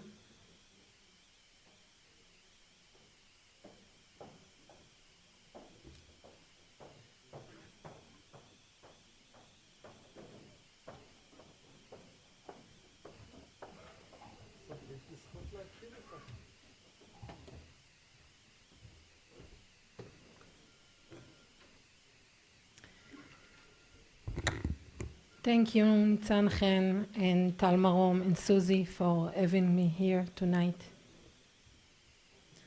So, good evening, everyone. It's hard to say good evening those days, isn't it? For almost 4 months, I've been meeting you in a press conference and in interviews with the families. And I never asked you, do you remember where were you on October 7th? Because I remember, I remember exactly watching TV, and I couldn't believe 20 years of experience as a journalist couldn't prepare me for this devastating event. The next day, I left my job, my husband and my kids, and came to the hostages' families' home. Me and my team at the International Media Desk volunteer around the clock to give those precious families an international platform to demand, bring them home now and alive. After 115 days, we understand that the global pressure and the cooperation with you guys, the international media, was a huge factor in bringing home some of the hostages from Hamas captivity. 136 hostages are still waiting for us to do everything we can to bring them home from Hamas tunnels. I want to use this opportunity to thank you, the journalists, who are covering the hostages and do so in sensitive and in a fair way. I want to believe that you also understand that what happens here could happen everywhere. This week, we mark the International Holocaust Day. As a third-generation Holocaust survivor, I'm here to say, never again is now. I want to thank the families who are giving us the trust every day. You already know you've become like my second family. I hope in my next speech to welcome all the hostages back home, children, women, and men. Thank you.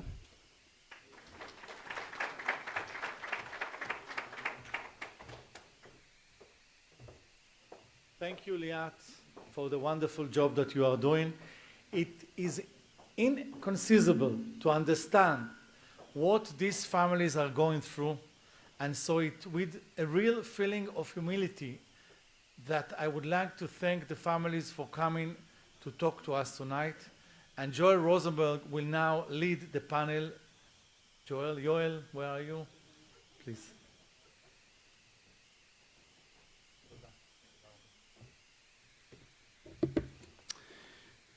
Good evening. It's an honor to be with you all. I want to thank Nitzan Chen from the Government Press Office, obviously the Friends of Zion Museum and the whole team, Mike and the others for hosting it here. I think it's important not only to be briefing the foreign media, but it's an interesting environment to be in because evangelical Christians love Israel and the Jewish people, and I don't think, well, as to quote our Prime Minister, there is no greater friend to the people of Israel and the Jewish people than evangelical Christians. We're not the only friends, but I think we're among the best and most faithful. And so this is, I think, maybe the most important part. I think the most important part, if you'll allow me, is to have this conversation now with hostage families as well as those who've, a father whose son has given his life in this war. And so let me bring them up one by one. First, Yoni Asher. Why don't you guys just come up all together? Yoni Asher, Sigi Cohen. Yeah, please give them. Malki Shemtov. Ofli Bibas. Good to meet you. Thank you so much. Please, sorry.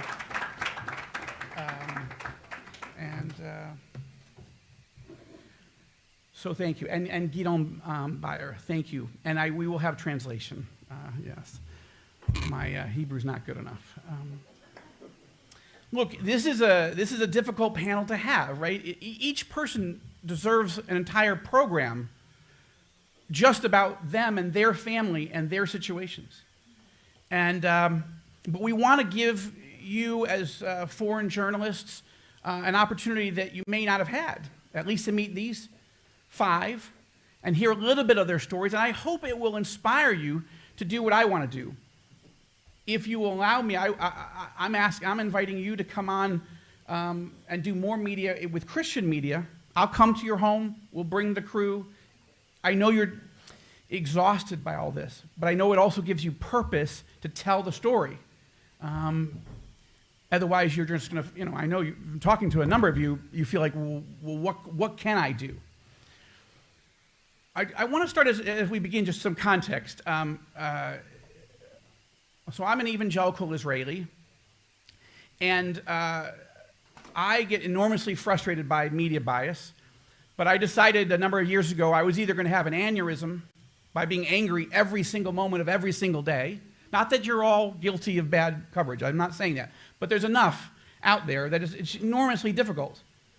And this is a moment that requires really good journalism. So I started with my colleagues, 2 daily news sites, digital news sites, all Israel news, and all Arab news. And it's the only Israeli-based evangelical news sites with daily coverage by Israeli citizens. But that being said, then TBN, Trinity Broadcasting Network, is the most watched Christian network in the world, 14 networks worldwide. But they had never really done news. And so as they tracked what we were doing with All Israel News, they asked us to do a news show. Now, CBN is the par excellence Christian news network in the world, and certainly here in Israel. And so TBN has had a lot to catch up with. But on that basis, I want you to know that your story is important to Christian media. And if other media get tired or so biased that they don't want to pay attention, you will always have a friend in the Christian media, and there's not just one outlet, there's many. Tell us your stories, because Christians want to hear it more than anybody in the world. And there's enough millions of us, we can affect change. Okay, so let's begin. Yoni, I want to begin with you, Yoni Asher, because you're unique in this particular panel in that you suffered the horrors of October 7th with your family, but your family has been released.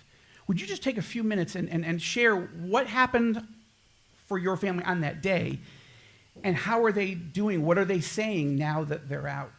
And I will say one other thing. I'm not sure this panel is going to work like the other one. I think we need to have each conversation one by one. There may be time for a few other questions, but to go back and forth is difficult because it breaks up your narrative of being able to tell your personal story. So, Yoni, if we can start with you, October 7th, and then the miracle. First of all, thank you, and thank you for hosting us here tonight.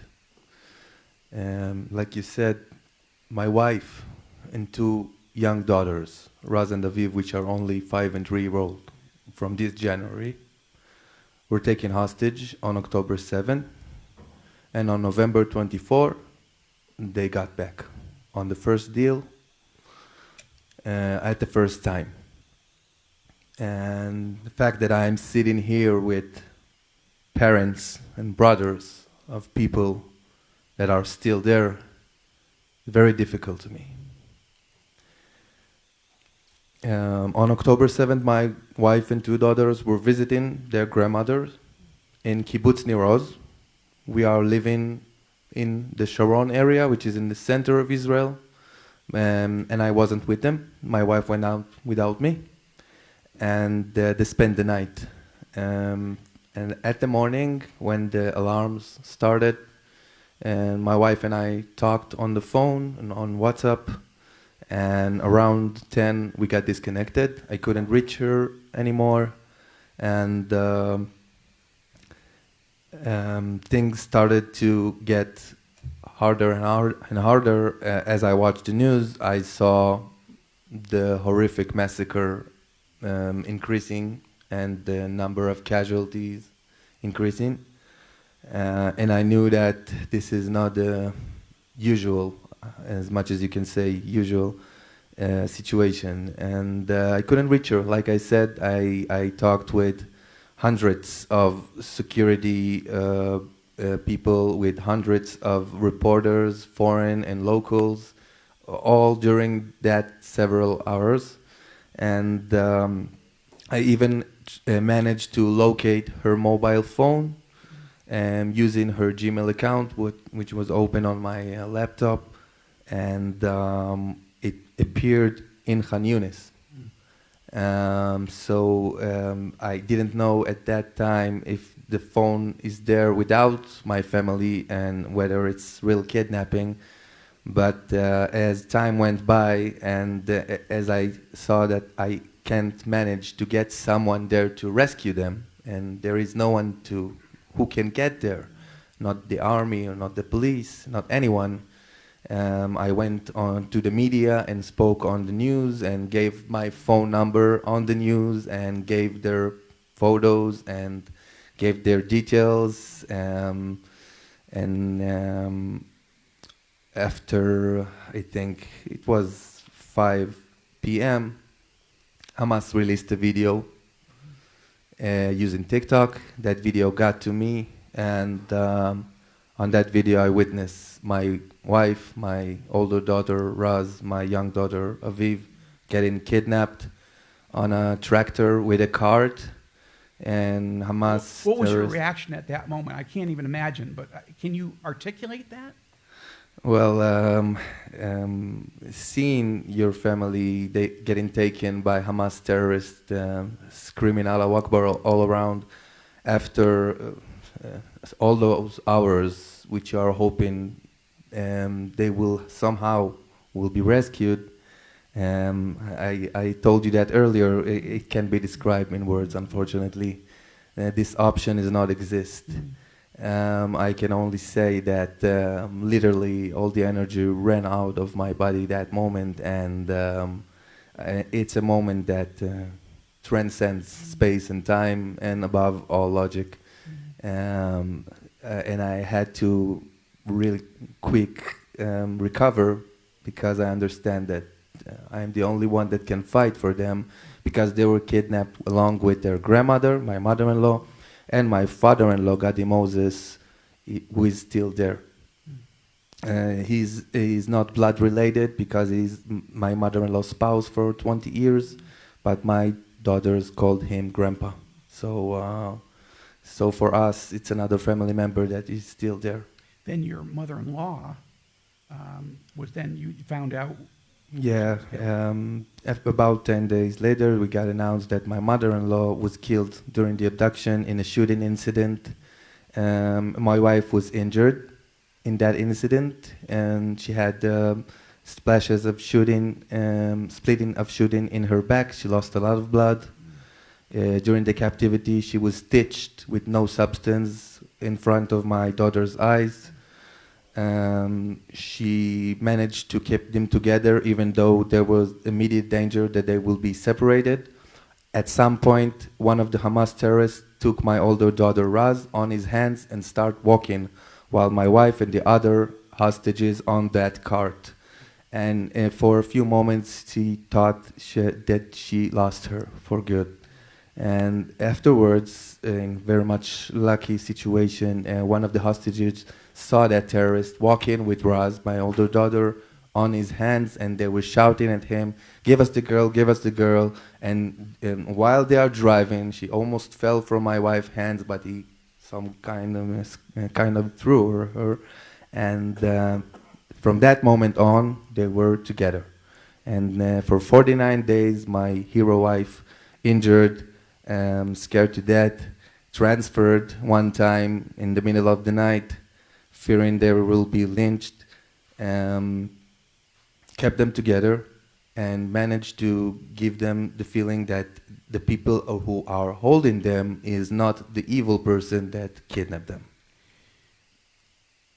I wish we had all night, but I want you to take us now to their, at least in this group, they're the group, part of the group that came out. They were released.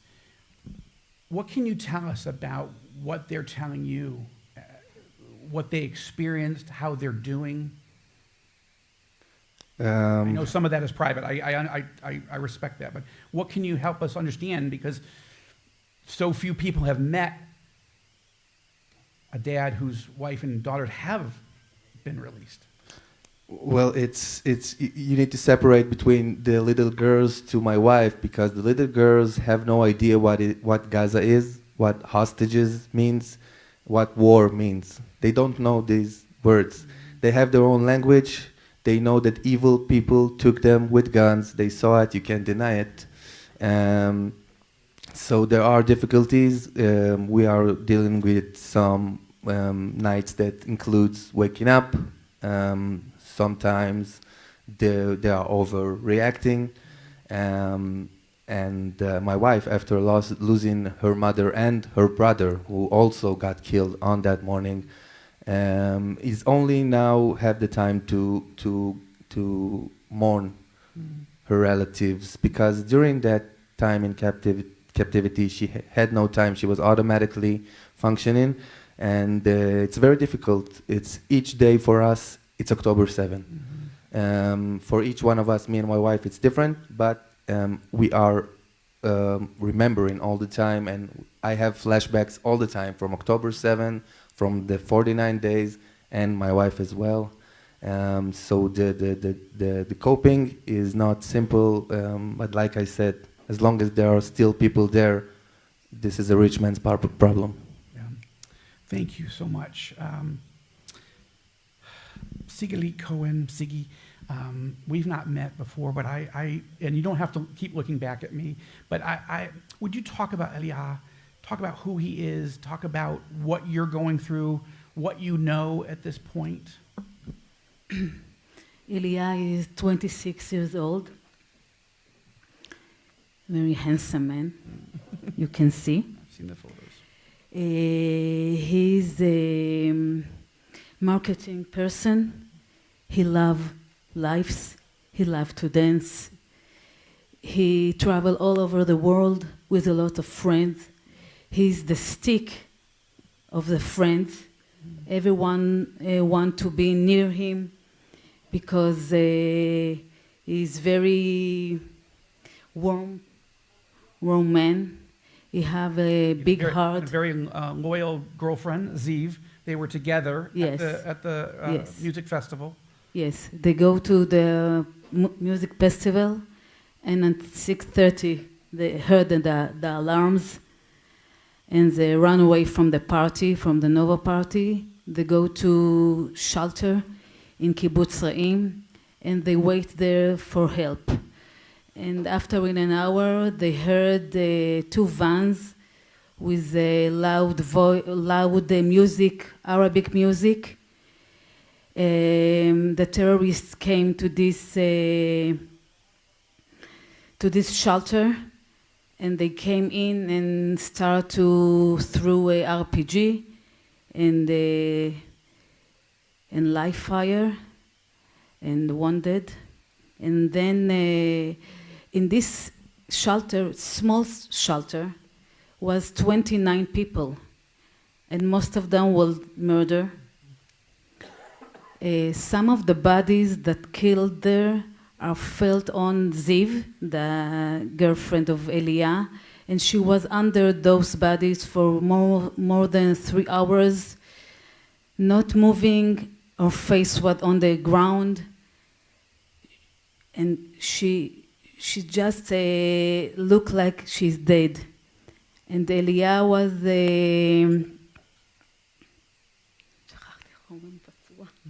wounded, injured by a bullet.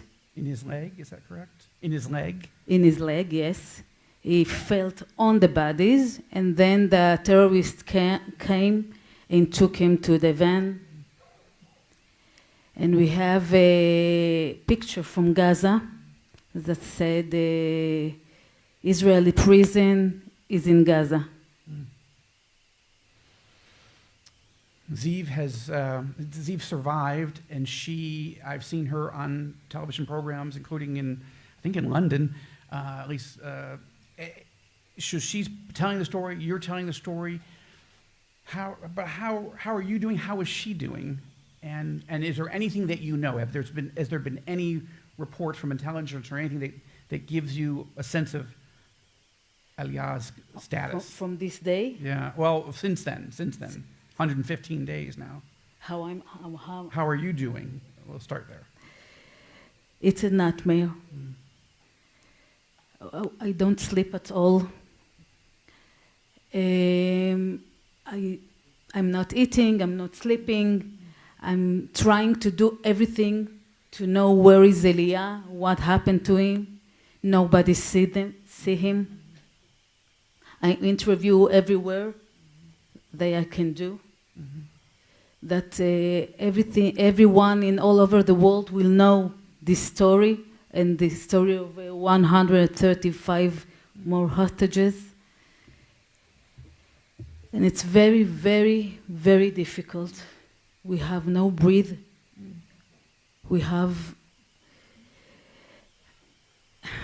It's very hard. It's very hard to unknown nothing about him and nothing about the other hostages. And Ziv, how is Ziv doing? Ziv, she's now trying to be strong because she wants Elia will come back. Sure. She's waiting for him and she do everything that he will come back. She also have a nephew that murdered near to her. So it's very difficult for her. And she saw everything. Saw it now happen. Yes, she saw everything from this shelter. So it's very hard. But she said to me, I'm now strong until Elia will come back, and then we fell up together. Thank you. Malki Shem Tov, you and I had the honor of meeting you and your wife Shelley, who is here. Hi. At the Hostage Village sort of headquarters when I brought the evangelical Christian delegation, Governor Huckabee and the others. Would you talk about Omer? And he's not just a hostage. He's got a unique set of medical challenges that make this significantly worse than even everybody else, as bad as it all is, right? So can you talk a little bit about him, who he is, but also his medical conditions? Yes, I will speak about Omer. But first I want to ask the audience, do you know where is your son now? Do you know where is your daughter now? Do you know if they are eating? Do you know if it's cold? I didn't speak, me or my wife or my family, with Omer more than 150 days. So I guess you can imagine what is the feeling of parents that he didn't speak with his son more than 150 days. And not only speaking, not knowing, like in the dark. Omer is a young boy. He just went to the most wrong festival. And he just started his life. You know, tons of friends. 21, right? 21. Just starting his life, as I say. Young, party guy. Tons of friends. Working as a waiter in a restaurant and thinking about the next party and the next good time with his friends. And he went, as I say, to the most wrong festival. Omer was on the Nova Festival, and from 6:30 until 8:30, we've been in contact with him. We spoke with him many times. He was running away. He tried to find a shelter. He tried to find a place where to hide. And from time to time, for a call, another call, he sounded much more panic, much more hysteric. He was able to reach a car, though, with a friend, right? He came with friends, but some of the friends just, I mean, the split. And one of the phone calls, he told us that He has another two friends. They found a car of a friend that he was already out of the area. And he was calling them and he told them that he's coming to take them. And he came to take them. And we asked Omer to send us a live location. And we saw the point on the screen of the phone. And we saw the beginning that the point is not really moving. And then suddenly we saw the point going very fast toward to the border of Gaza. And I tried to call him to tell him you're on the wrong way. I didn't realize that this is the situation. And I called him, but he never answered. And the next thing it was that the point was behind the border. And I guess, as I say before, you don't know nothing about your kid. So that's, in that moment, it's like I felt someone throw on my face a huge, thick black curtain. And you say, wow, what I'm going to do. And Omer he was there with his friend. I will skip about details, but I will tell that he was with Itai 52 days. And we know from Itai all kind of stories. Omer is suffering from asthma, so he didn't have his inhaler. So it was really tough for him to breathe. And also they need to be in silent, so they were whispering all the time. So I can imagine how difficult it was for him just not to breathe, and also he cannot even cough, so he needed to whisper.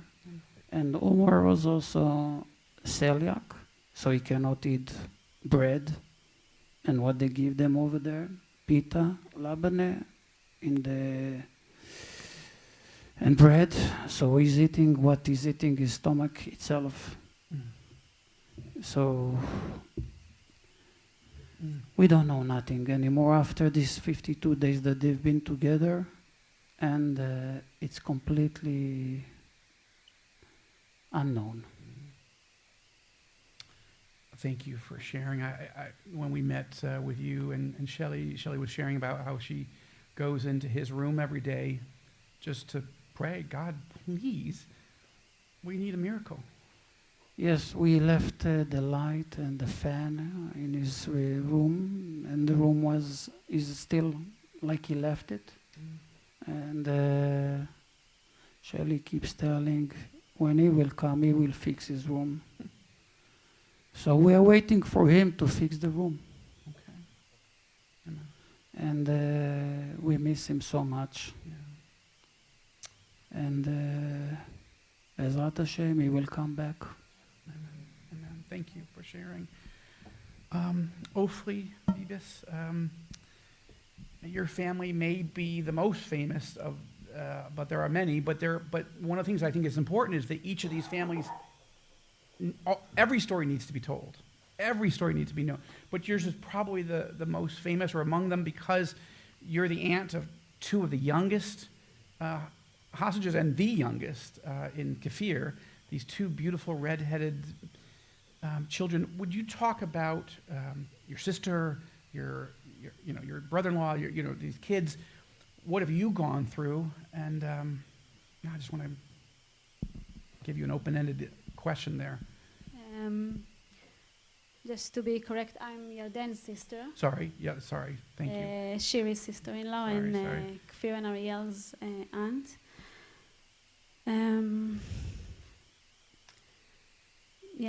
My family unfortunately has become maybe the most famous hostage from October 7th. Shiri's horrible picture with being taken with the boys was one of the first picture published, I think. It was published as a picture, and maybe 2 hours later a video. When it was published about 2 hours after my brother sent me the last text. I was texting him while he was in the safe room. He told me they were inside with the kids. They were trying to keep them quiet, which was a hard thing to do because it was a 4 years old and a baby. He told me he can hear gunshots and screaming in Arabic, and he was terrified. He was ready with his gun. We later learned from hostage who was released that spent time with him that at some point he said goodbye to Shiri and the boys. He left them in the safe room and he went outside to try and fight the terrorist. Eventually going with them, thinking this way he will save his family. He couldn't believe, I think, like neither of us, that they will kidnap a baby and a 4 years old. For 3 days we didn't know what happened to my brother. And on the 10th of October, which was his birthday, a picture of him popped in an Arab news site, and we saw that he was taken as well, taken injured in his head. Up till now, we know nothing about Shiri and the boys, apart from what Hamas published of them being killed from an Israeli bombing. It was published almost, I think, two months ago now, at the last day of the deal. And up till now, we don't know anything about their faith. None of the hostages being released has seen them at no point. And Yarden, we know he's been held in some kind of cage underground in a tunnel, complete darkness for days, just him and one more hostage. We know he suffered a lot because he was really worried about his family. He didn't know they were kidnapped. And we are talking about media, and I think what is unfortunately unique about this situation is that we as family discover almost everything we discover so far was through media. It's always one step before the intelligence can even come and tell us. So through the telegram, we saw my brother video when Hamas filmed him while telling him that his family was killed, picturing him grieving and mourning and asking for the Israeli government to bring them back. And this is the last evidence I have from my brother,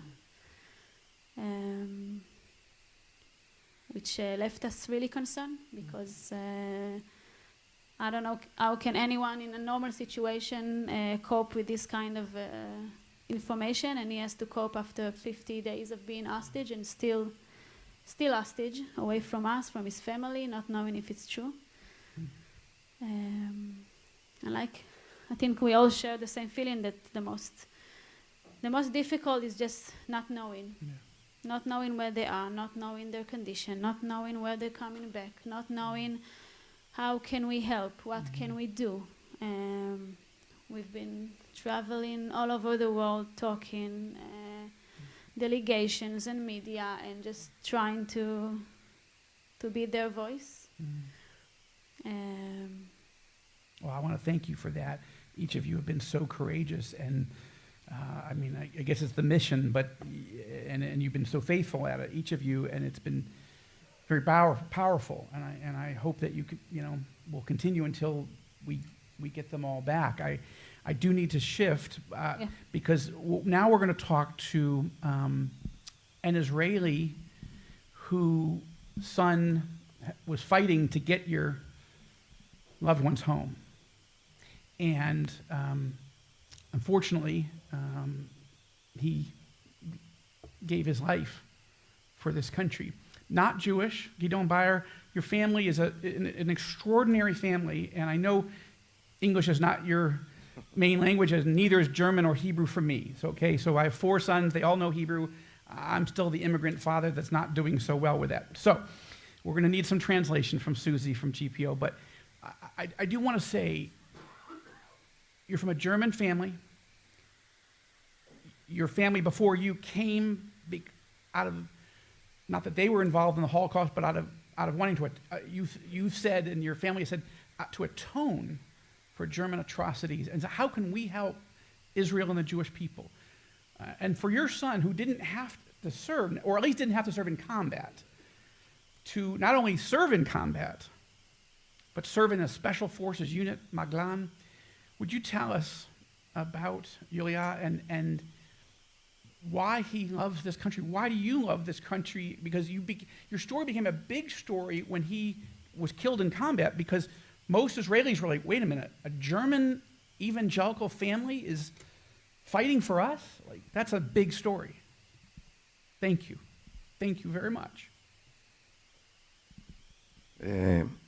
אני אדבר בעברית. שיפרתי היום קצת את האנגלית שלי. המשפחה שלנו, הורים שלי הגיעו בשנת 72 לארץ. My family, my parents came to Israel in 1972. הם באו מתוך אהבה לישראל, ואהבה לישראל זה מתוך אהבה לאלוהי ישראל. They came here out of a great love to God, to the God of Israel and to Israel, the country of Israel. ההורים שלי ניהלו בית הבראה לניצולי שואה בשבי ציון. My parents conducted rehabilitation center in Shavei Zion. ובנו מאוחר יותר בית חולים סיעודי לניצולי שואה במעלות. And later on they created a hospital to help people, survivors of the Holocaust, to be treated there. ולתוך זה אני גדלתי. I grew up into that reality. שני המקומות מתופעלים על ידי גרמנים נוצרים מאמינים שבאים לעבוד שנה פלוס. The place was conducted by German people who came to volunteer there for a period of time for more than a year or so. ושם גם הגיעה אשתי. And my wife also came there. והכרנו והתחתנו. And that's where we met and we got married. והקמנו את המשפחה שלנו במעלות ויש לנו 5 ילדים. And then we brought up a family together and we had 5 children together in Ma'alot. שהילדים שלנו גדלו במעלות וחוו גם את מלחמת לבנון השנייה.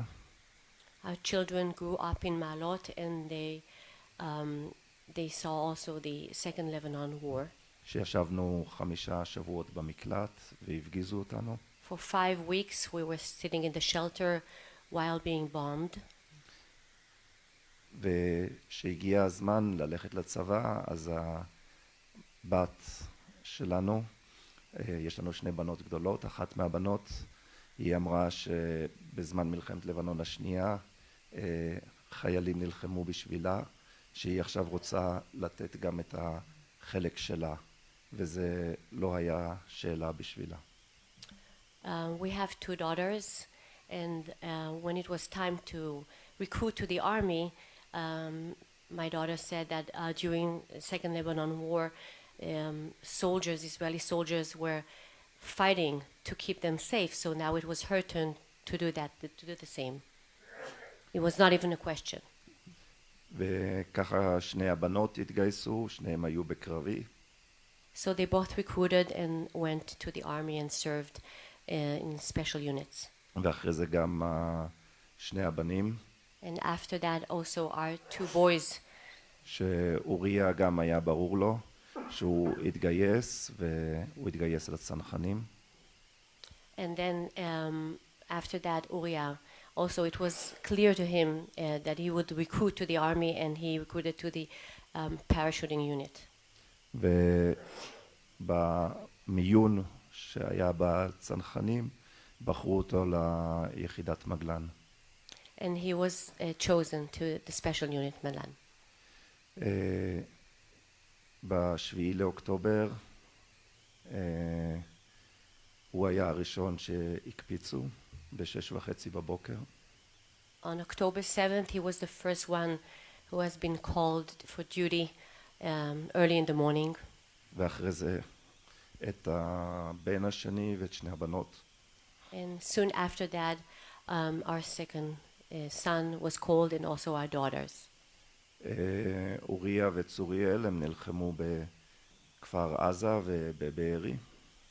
Uriah and Suriel were combating in Be'eri and Kfar Aza.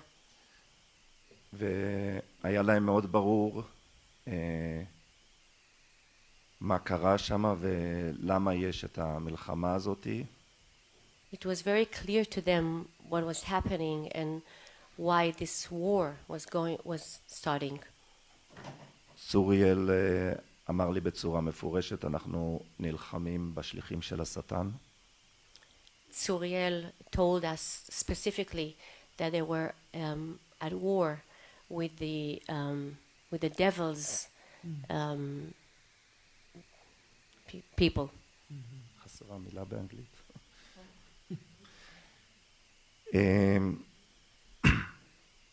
אחרי זה התחילה המלחמה בתוך רצועת עזה, שגם לשם אוריה נכנס, בהתחלה לצפון הרצועה, אחרי זה גם לדרום הרצועה. Soon after that, Uriah went into Gaza. First he went to the northern border of the Gaza Strip, and soon after that to south of Gaza. בדרום הרצועה, שם הוא נפצע קשה, הוא קיבל כדור לראש. And then he was badly hurt, and he was wounded, was shot in the head. ו4 ימים אחרי זה הוא נפטר. 4 days after, he passed away. Well, I want to thank you for your service to the country. I've been to the elderly nursing home in Haifa. My wife and I have visited there, even contributed financially to help there. And your love for this country is just extraordinary. And your whole family service, I want to say thank you. We do. You want to make a closing thing, and then I want to go to each one of you and just anything you want to say to the foreign media, to the government. I just want to give you all the final word. But Gidon, would you want to begin?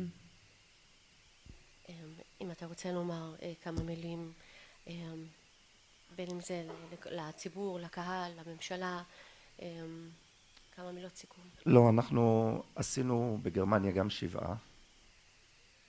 We did have a shiva also in Germany. ושם עלתה כל הזמן השאלה, מה שעלתה גם פה,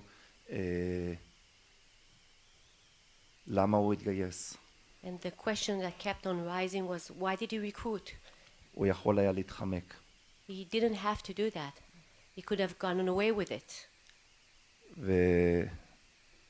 ואנחנו אנשים מאמינים באלוהים. We believe in God. ואנחנו משוכנעים מי שאוהב את אלוהים, אוהב גם את עם ישראל. We are convinced that those who love God love also Israel. ואז אמרתי להם שכמו שעושים בישראל, עונים על שאלה בשאלה. And then I said that as Israelis do, we have to answer a question with a question. ושאלתי אותם עד לאן מגיעה האהבה שלכם לעם ישראל. And then I asked him, where does your love for Israel, what does it reach?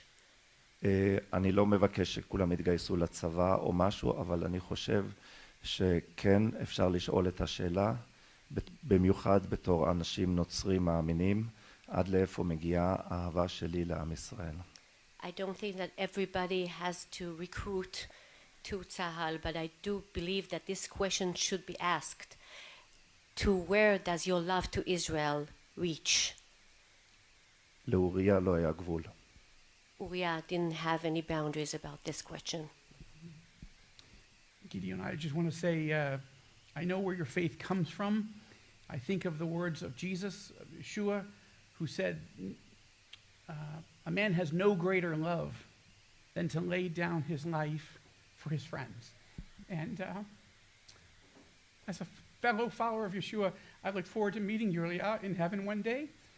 But in the meantime, we keep fighting. So thank you very much. תודה רבה. Malki.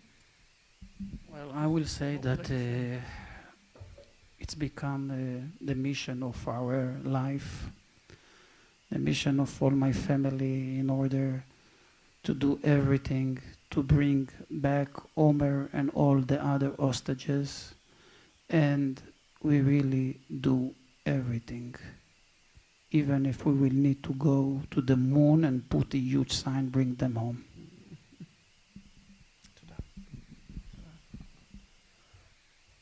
My wife, a few days after she got back, had an infection.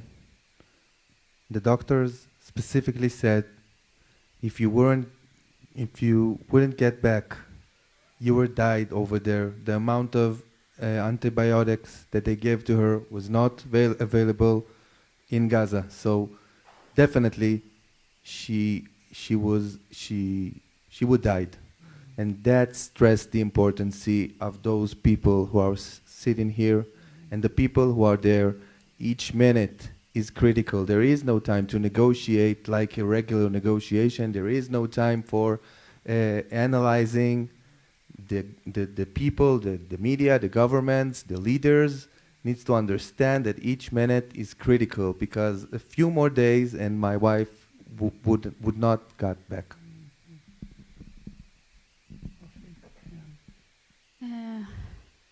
I just want to say that our fight as families is unfortunately still not done, and our fight,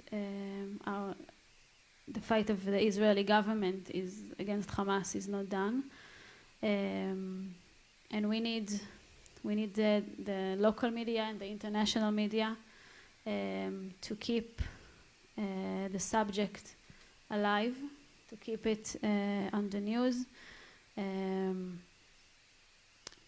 to keep advocating for Israel, for her right to fight, and for the urgency of bringing the hostages back. I think it's part of the pressure we're trying to put on all the governments and on Hamas, and everybody is involved in the negotiation to end this situation. Because like Yoni said, it's clearly that the hostages doesn't have any time to spare. They can die every minute. So it's important that we'll have the media with us in our battle. It's a crucial part of our battle. Thank you. Siggy? As Yoni says, the hostages don't have any time. My son is wounded, and every day that he's still there and I don't know what happened with him, and I don't know if he get a care medical or something else. It's very dangerous for him and for the other hostages. And I ask you to be ambassadors in all over your world, in all your world, and speak and tell our stories in your countries, that whole world will know what the hostages have been through there, and help us to press everywhere that you can do to bring them home now. Thank you. Amen. Amen. I just want to close with this thought. Trying to stay hopeful, 115 days, with no end in sight is very hard to do. And I will just say that for me, I look to the Tanakh, the New Testament also, but in this case, the story of David, before he was king, he and his mighty men were living on the border of Gaza and Israel in a town called Ziklag. They were out fighting bad guys. When they came home, their whole town had been burned to the ground. Every person in the town that wasn't a fighter, they were all taken hostage. And the text says that they wept until they had no more strength to weep. But then it says that David strengthened himself in the Lord. And then, it doesn't say how, but he says he strengthened himself in the Lord. He spent time with the Lord. He prayed. He remembered scriptures. And then he asked the Lord, should I go pursue them? And in other words, is it hopeless, or should I go try to fight and get these? And the Lord said, go get them. And they went, and it's a great success story in the Bible. It's not a story that we think of much. It's not one of the big stories of David. He did so many other things, but they fought, they beat the Amalekites, and they got every single person home. We cannot give up. And any media that's just doing it just because, cover both sides, listen, it's not my job to instruct you. But those of us who believe this, there is a right and wrong here. We cannot give up. We cannot give up telling your stories and all the others as well. So we've gone long, but these are such important stories. I'm grateful for the opportunity. Thank you for sharing and getting up every morning and not giving up. We are praying for you, and we are with you, and Gidon's family and others, many others, are fighting every single day to win and to get these hostages home. Thank you, and thank you, Nitzan, for letting me do this.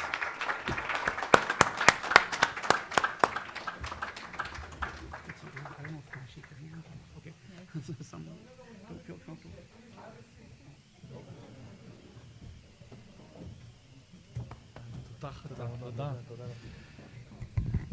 This is a really touchful panel, but we haven't finished the evening. Please take a seat. I promise it's only a few minutes, but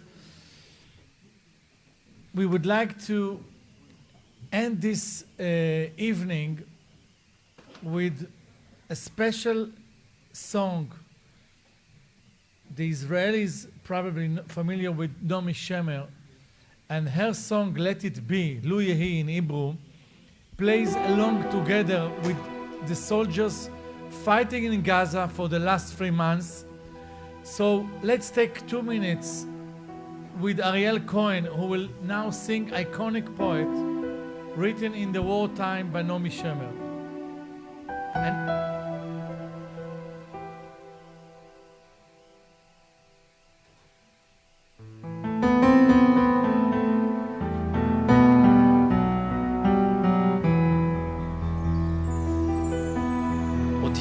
יש מפרש לבן באופק מול ענן שחור כבד כל שנבקש לו יהי ואם בחלונות הערב אור נרות החג רועד כל שנבקש לו יהי לו יהי לו יהי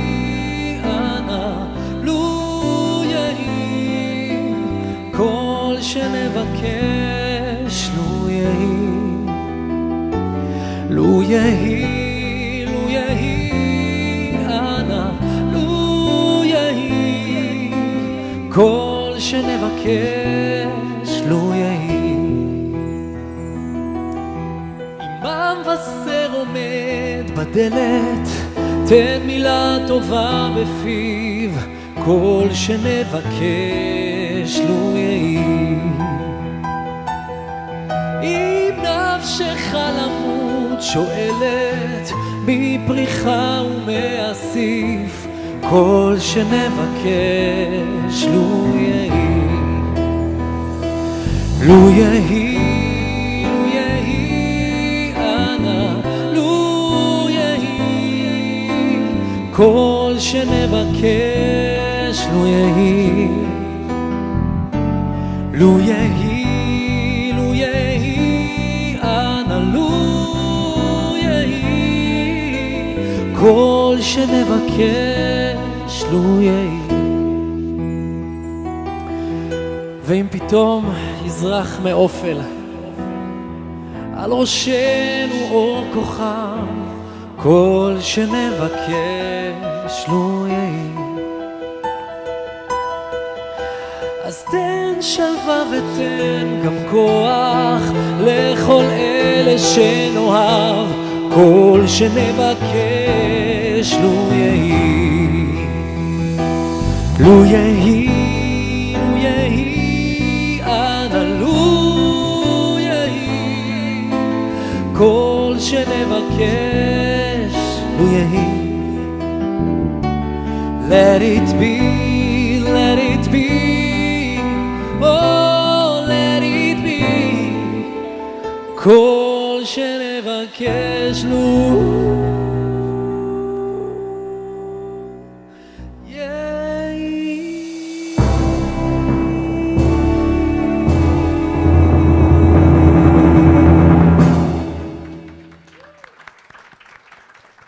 Amen. Our friends from the Zoom, from different kinds of the world that part of the Christian Media Summit, remember that every event that we are organized, we concluded with a special prayer. So in Ethics of Father, Pirkei Avot, chapter 1, verse 18, Rabbi Shimon ben Gamliel used to say, on three things the world stands, on justice, on truth, on the peace. It is our duty to fight for justice. It is our duty to fight to tell the truth. It is our duty to fight and strive for peace. You, the journalists, the voice of the world, are part of this challenge. So as a director of the GPO, I'm not from the UN, not from the ICG or ICC, who hopes Israel will win this war of justice in all our borders. Please join me in a prayer for safety of the state of Israel, our brave soldiers, and the speedy return of all our hostages. It is an honor to invite to the stage Mr. Gideon Bayer, the father of Sergeant Uriah Bayer, who recently fell in the course of duty. Please rise all.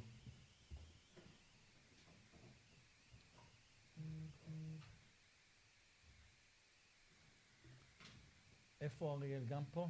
אוקיי.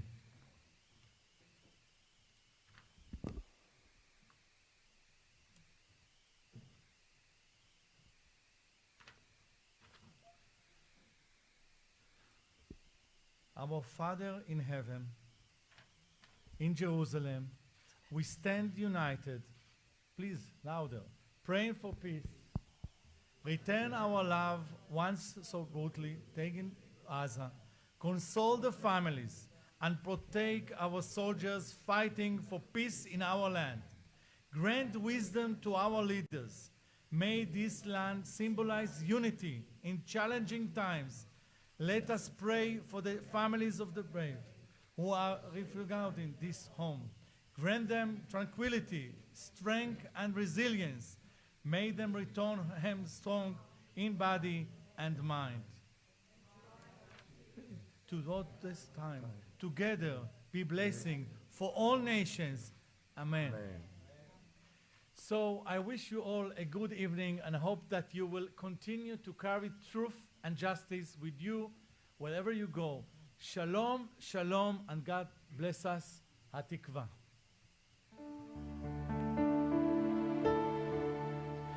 כל עוד בלבב בנימה נפש יהודי הומיה ופתי מזרח קדימה עין לציון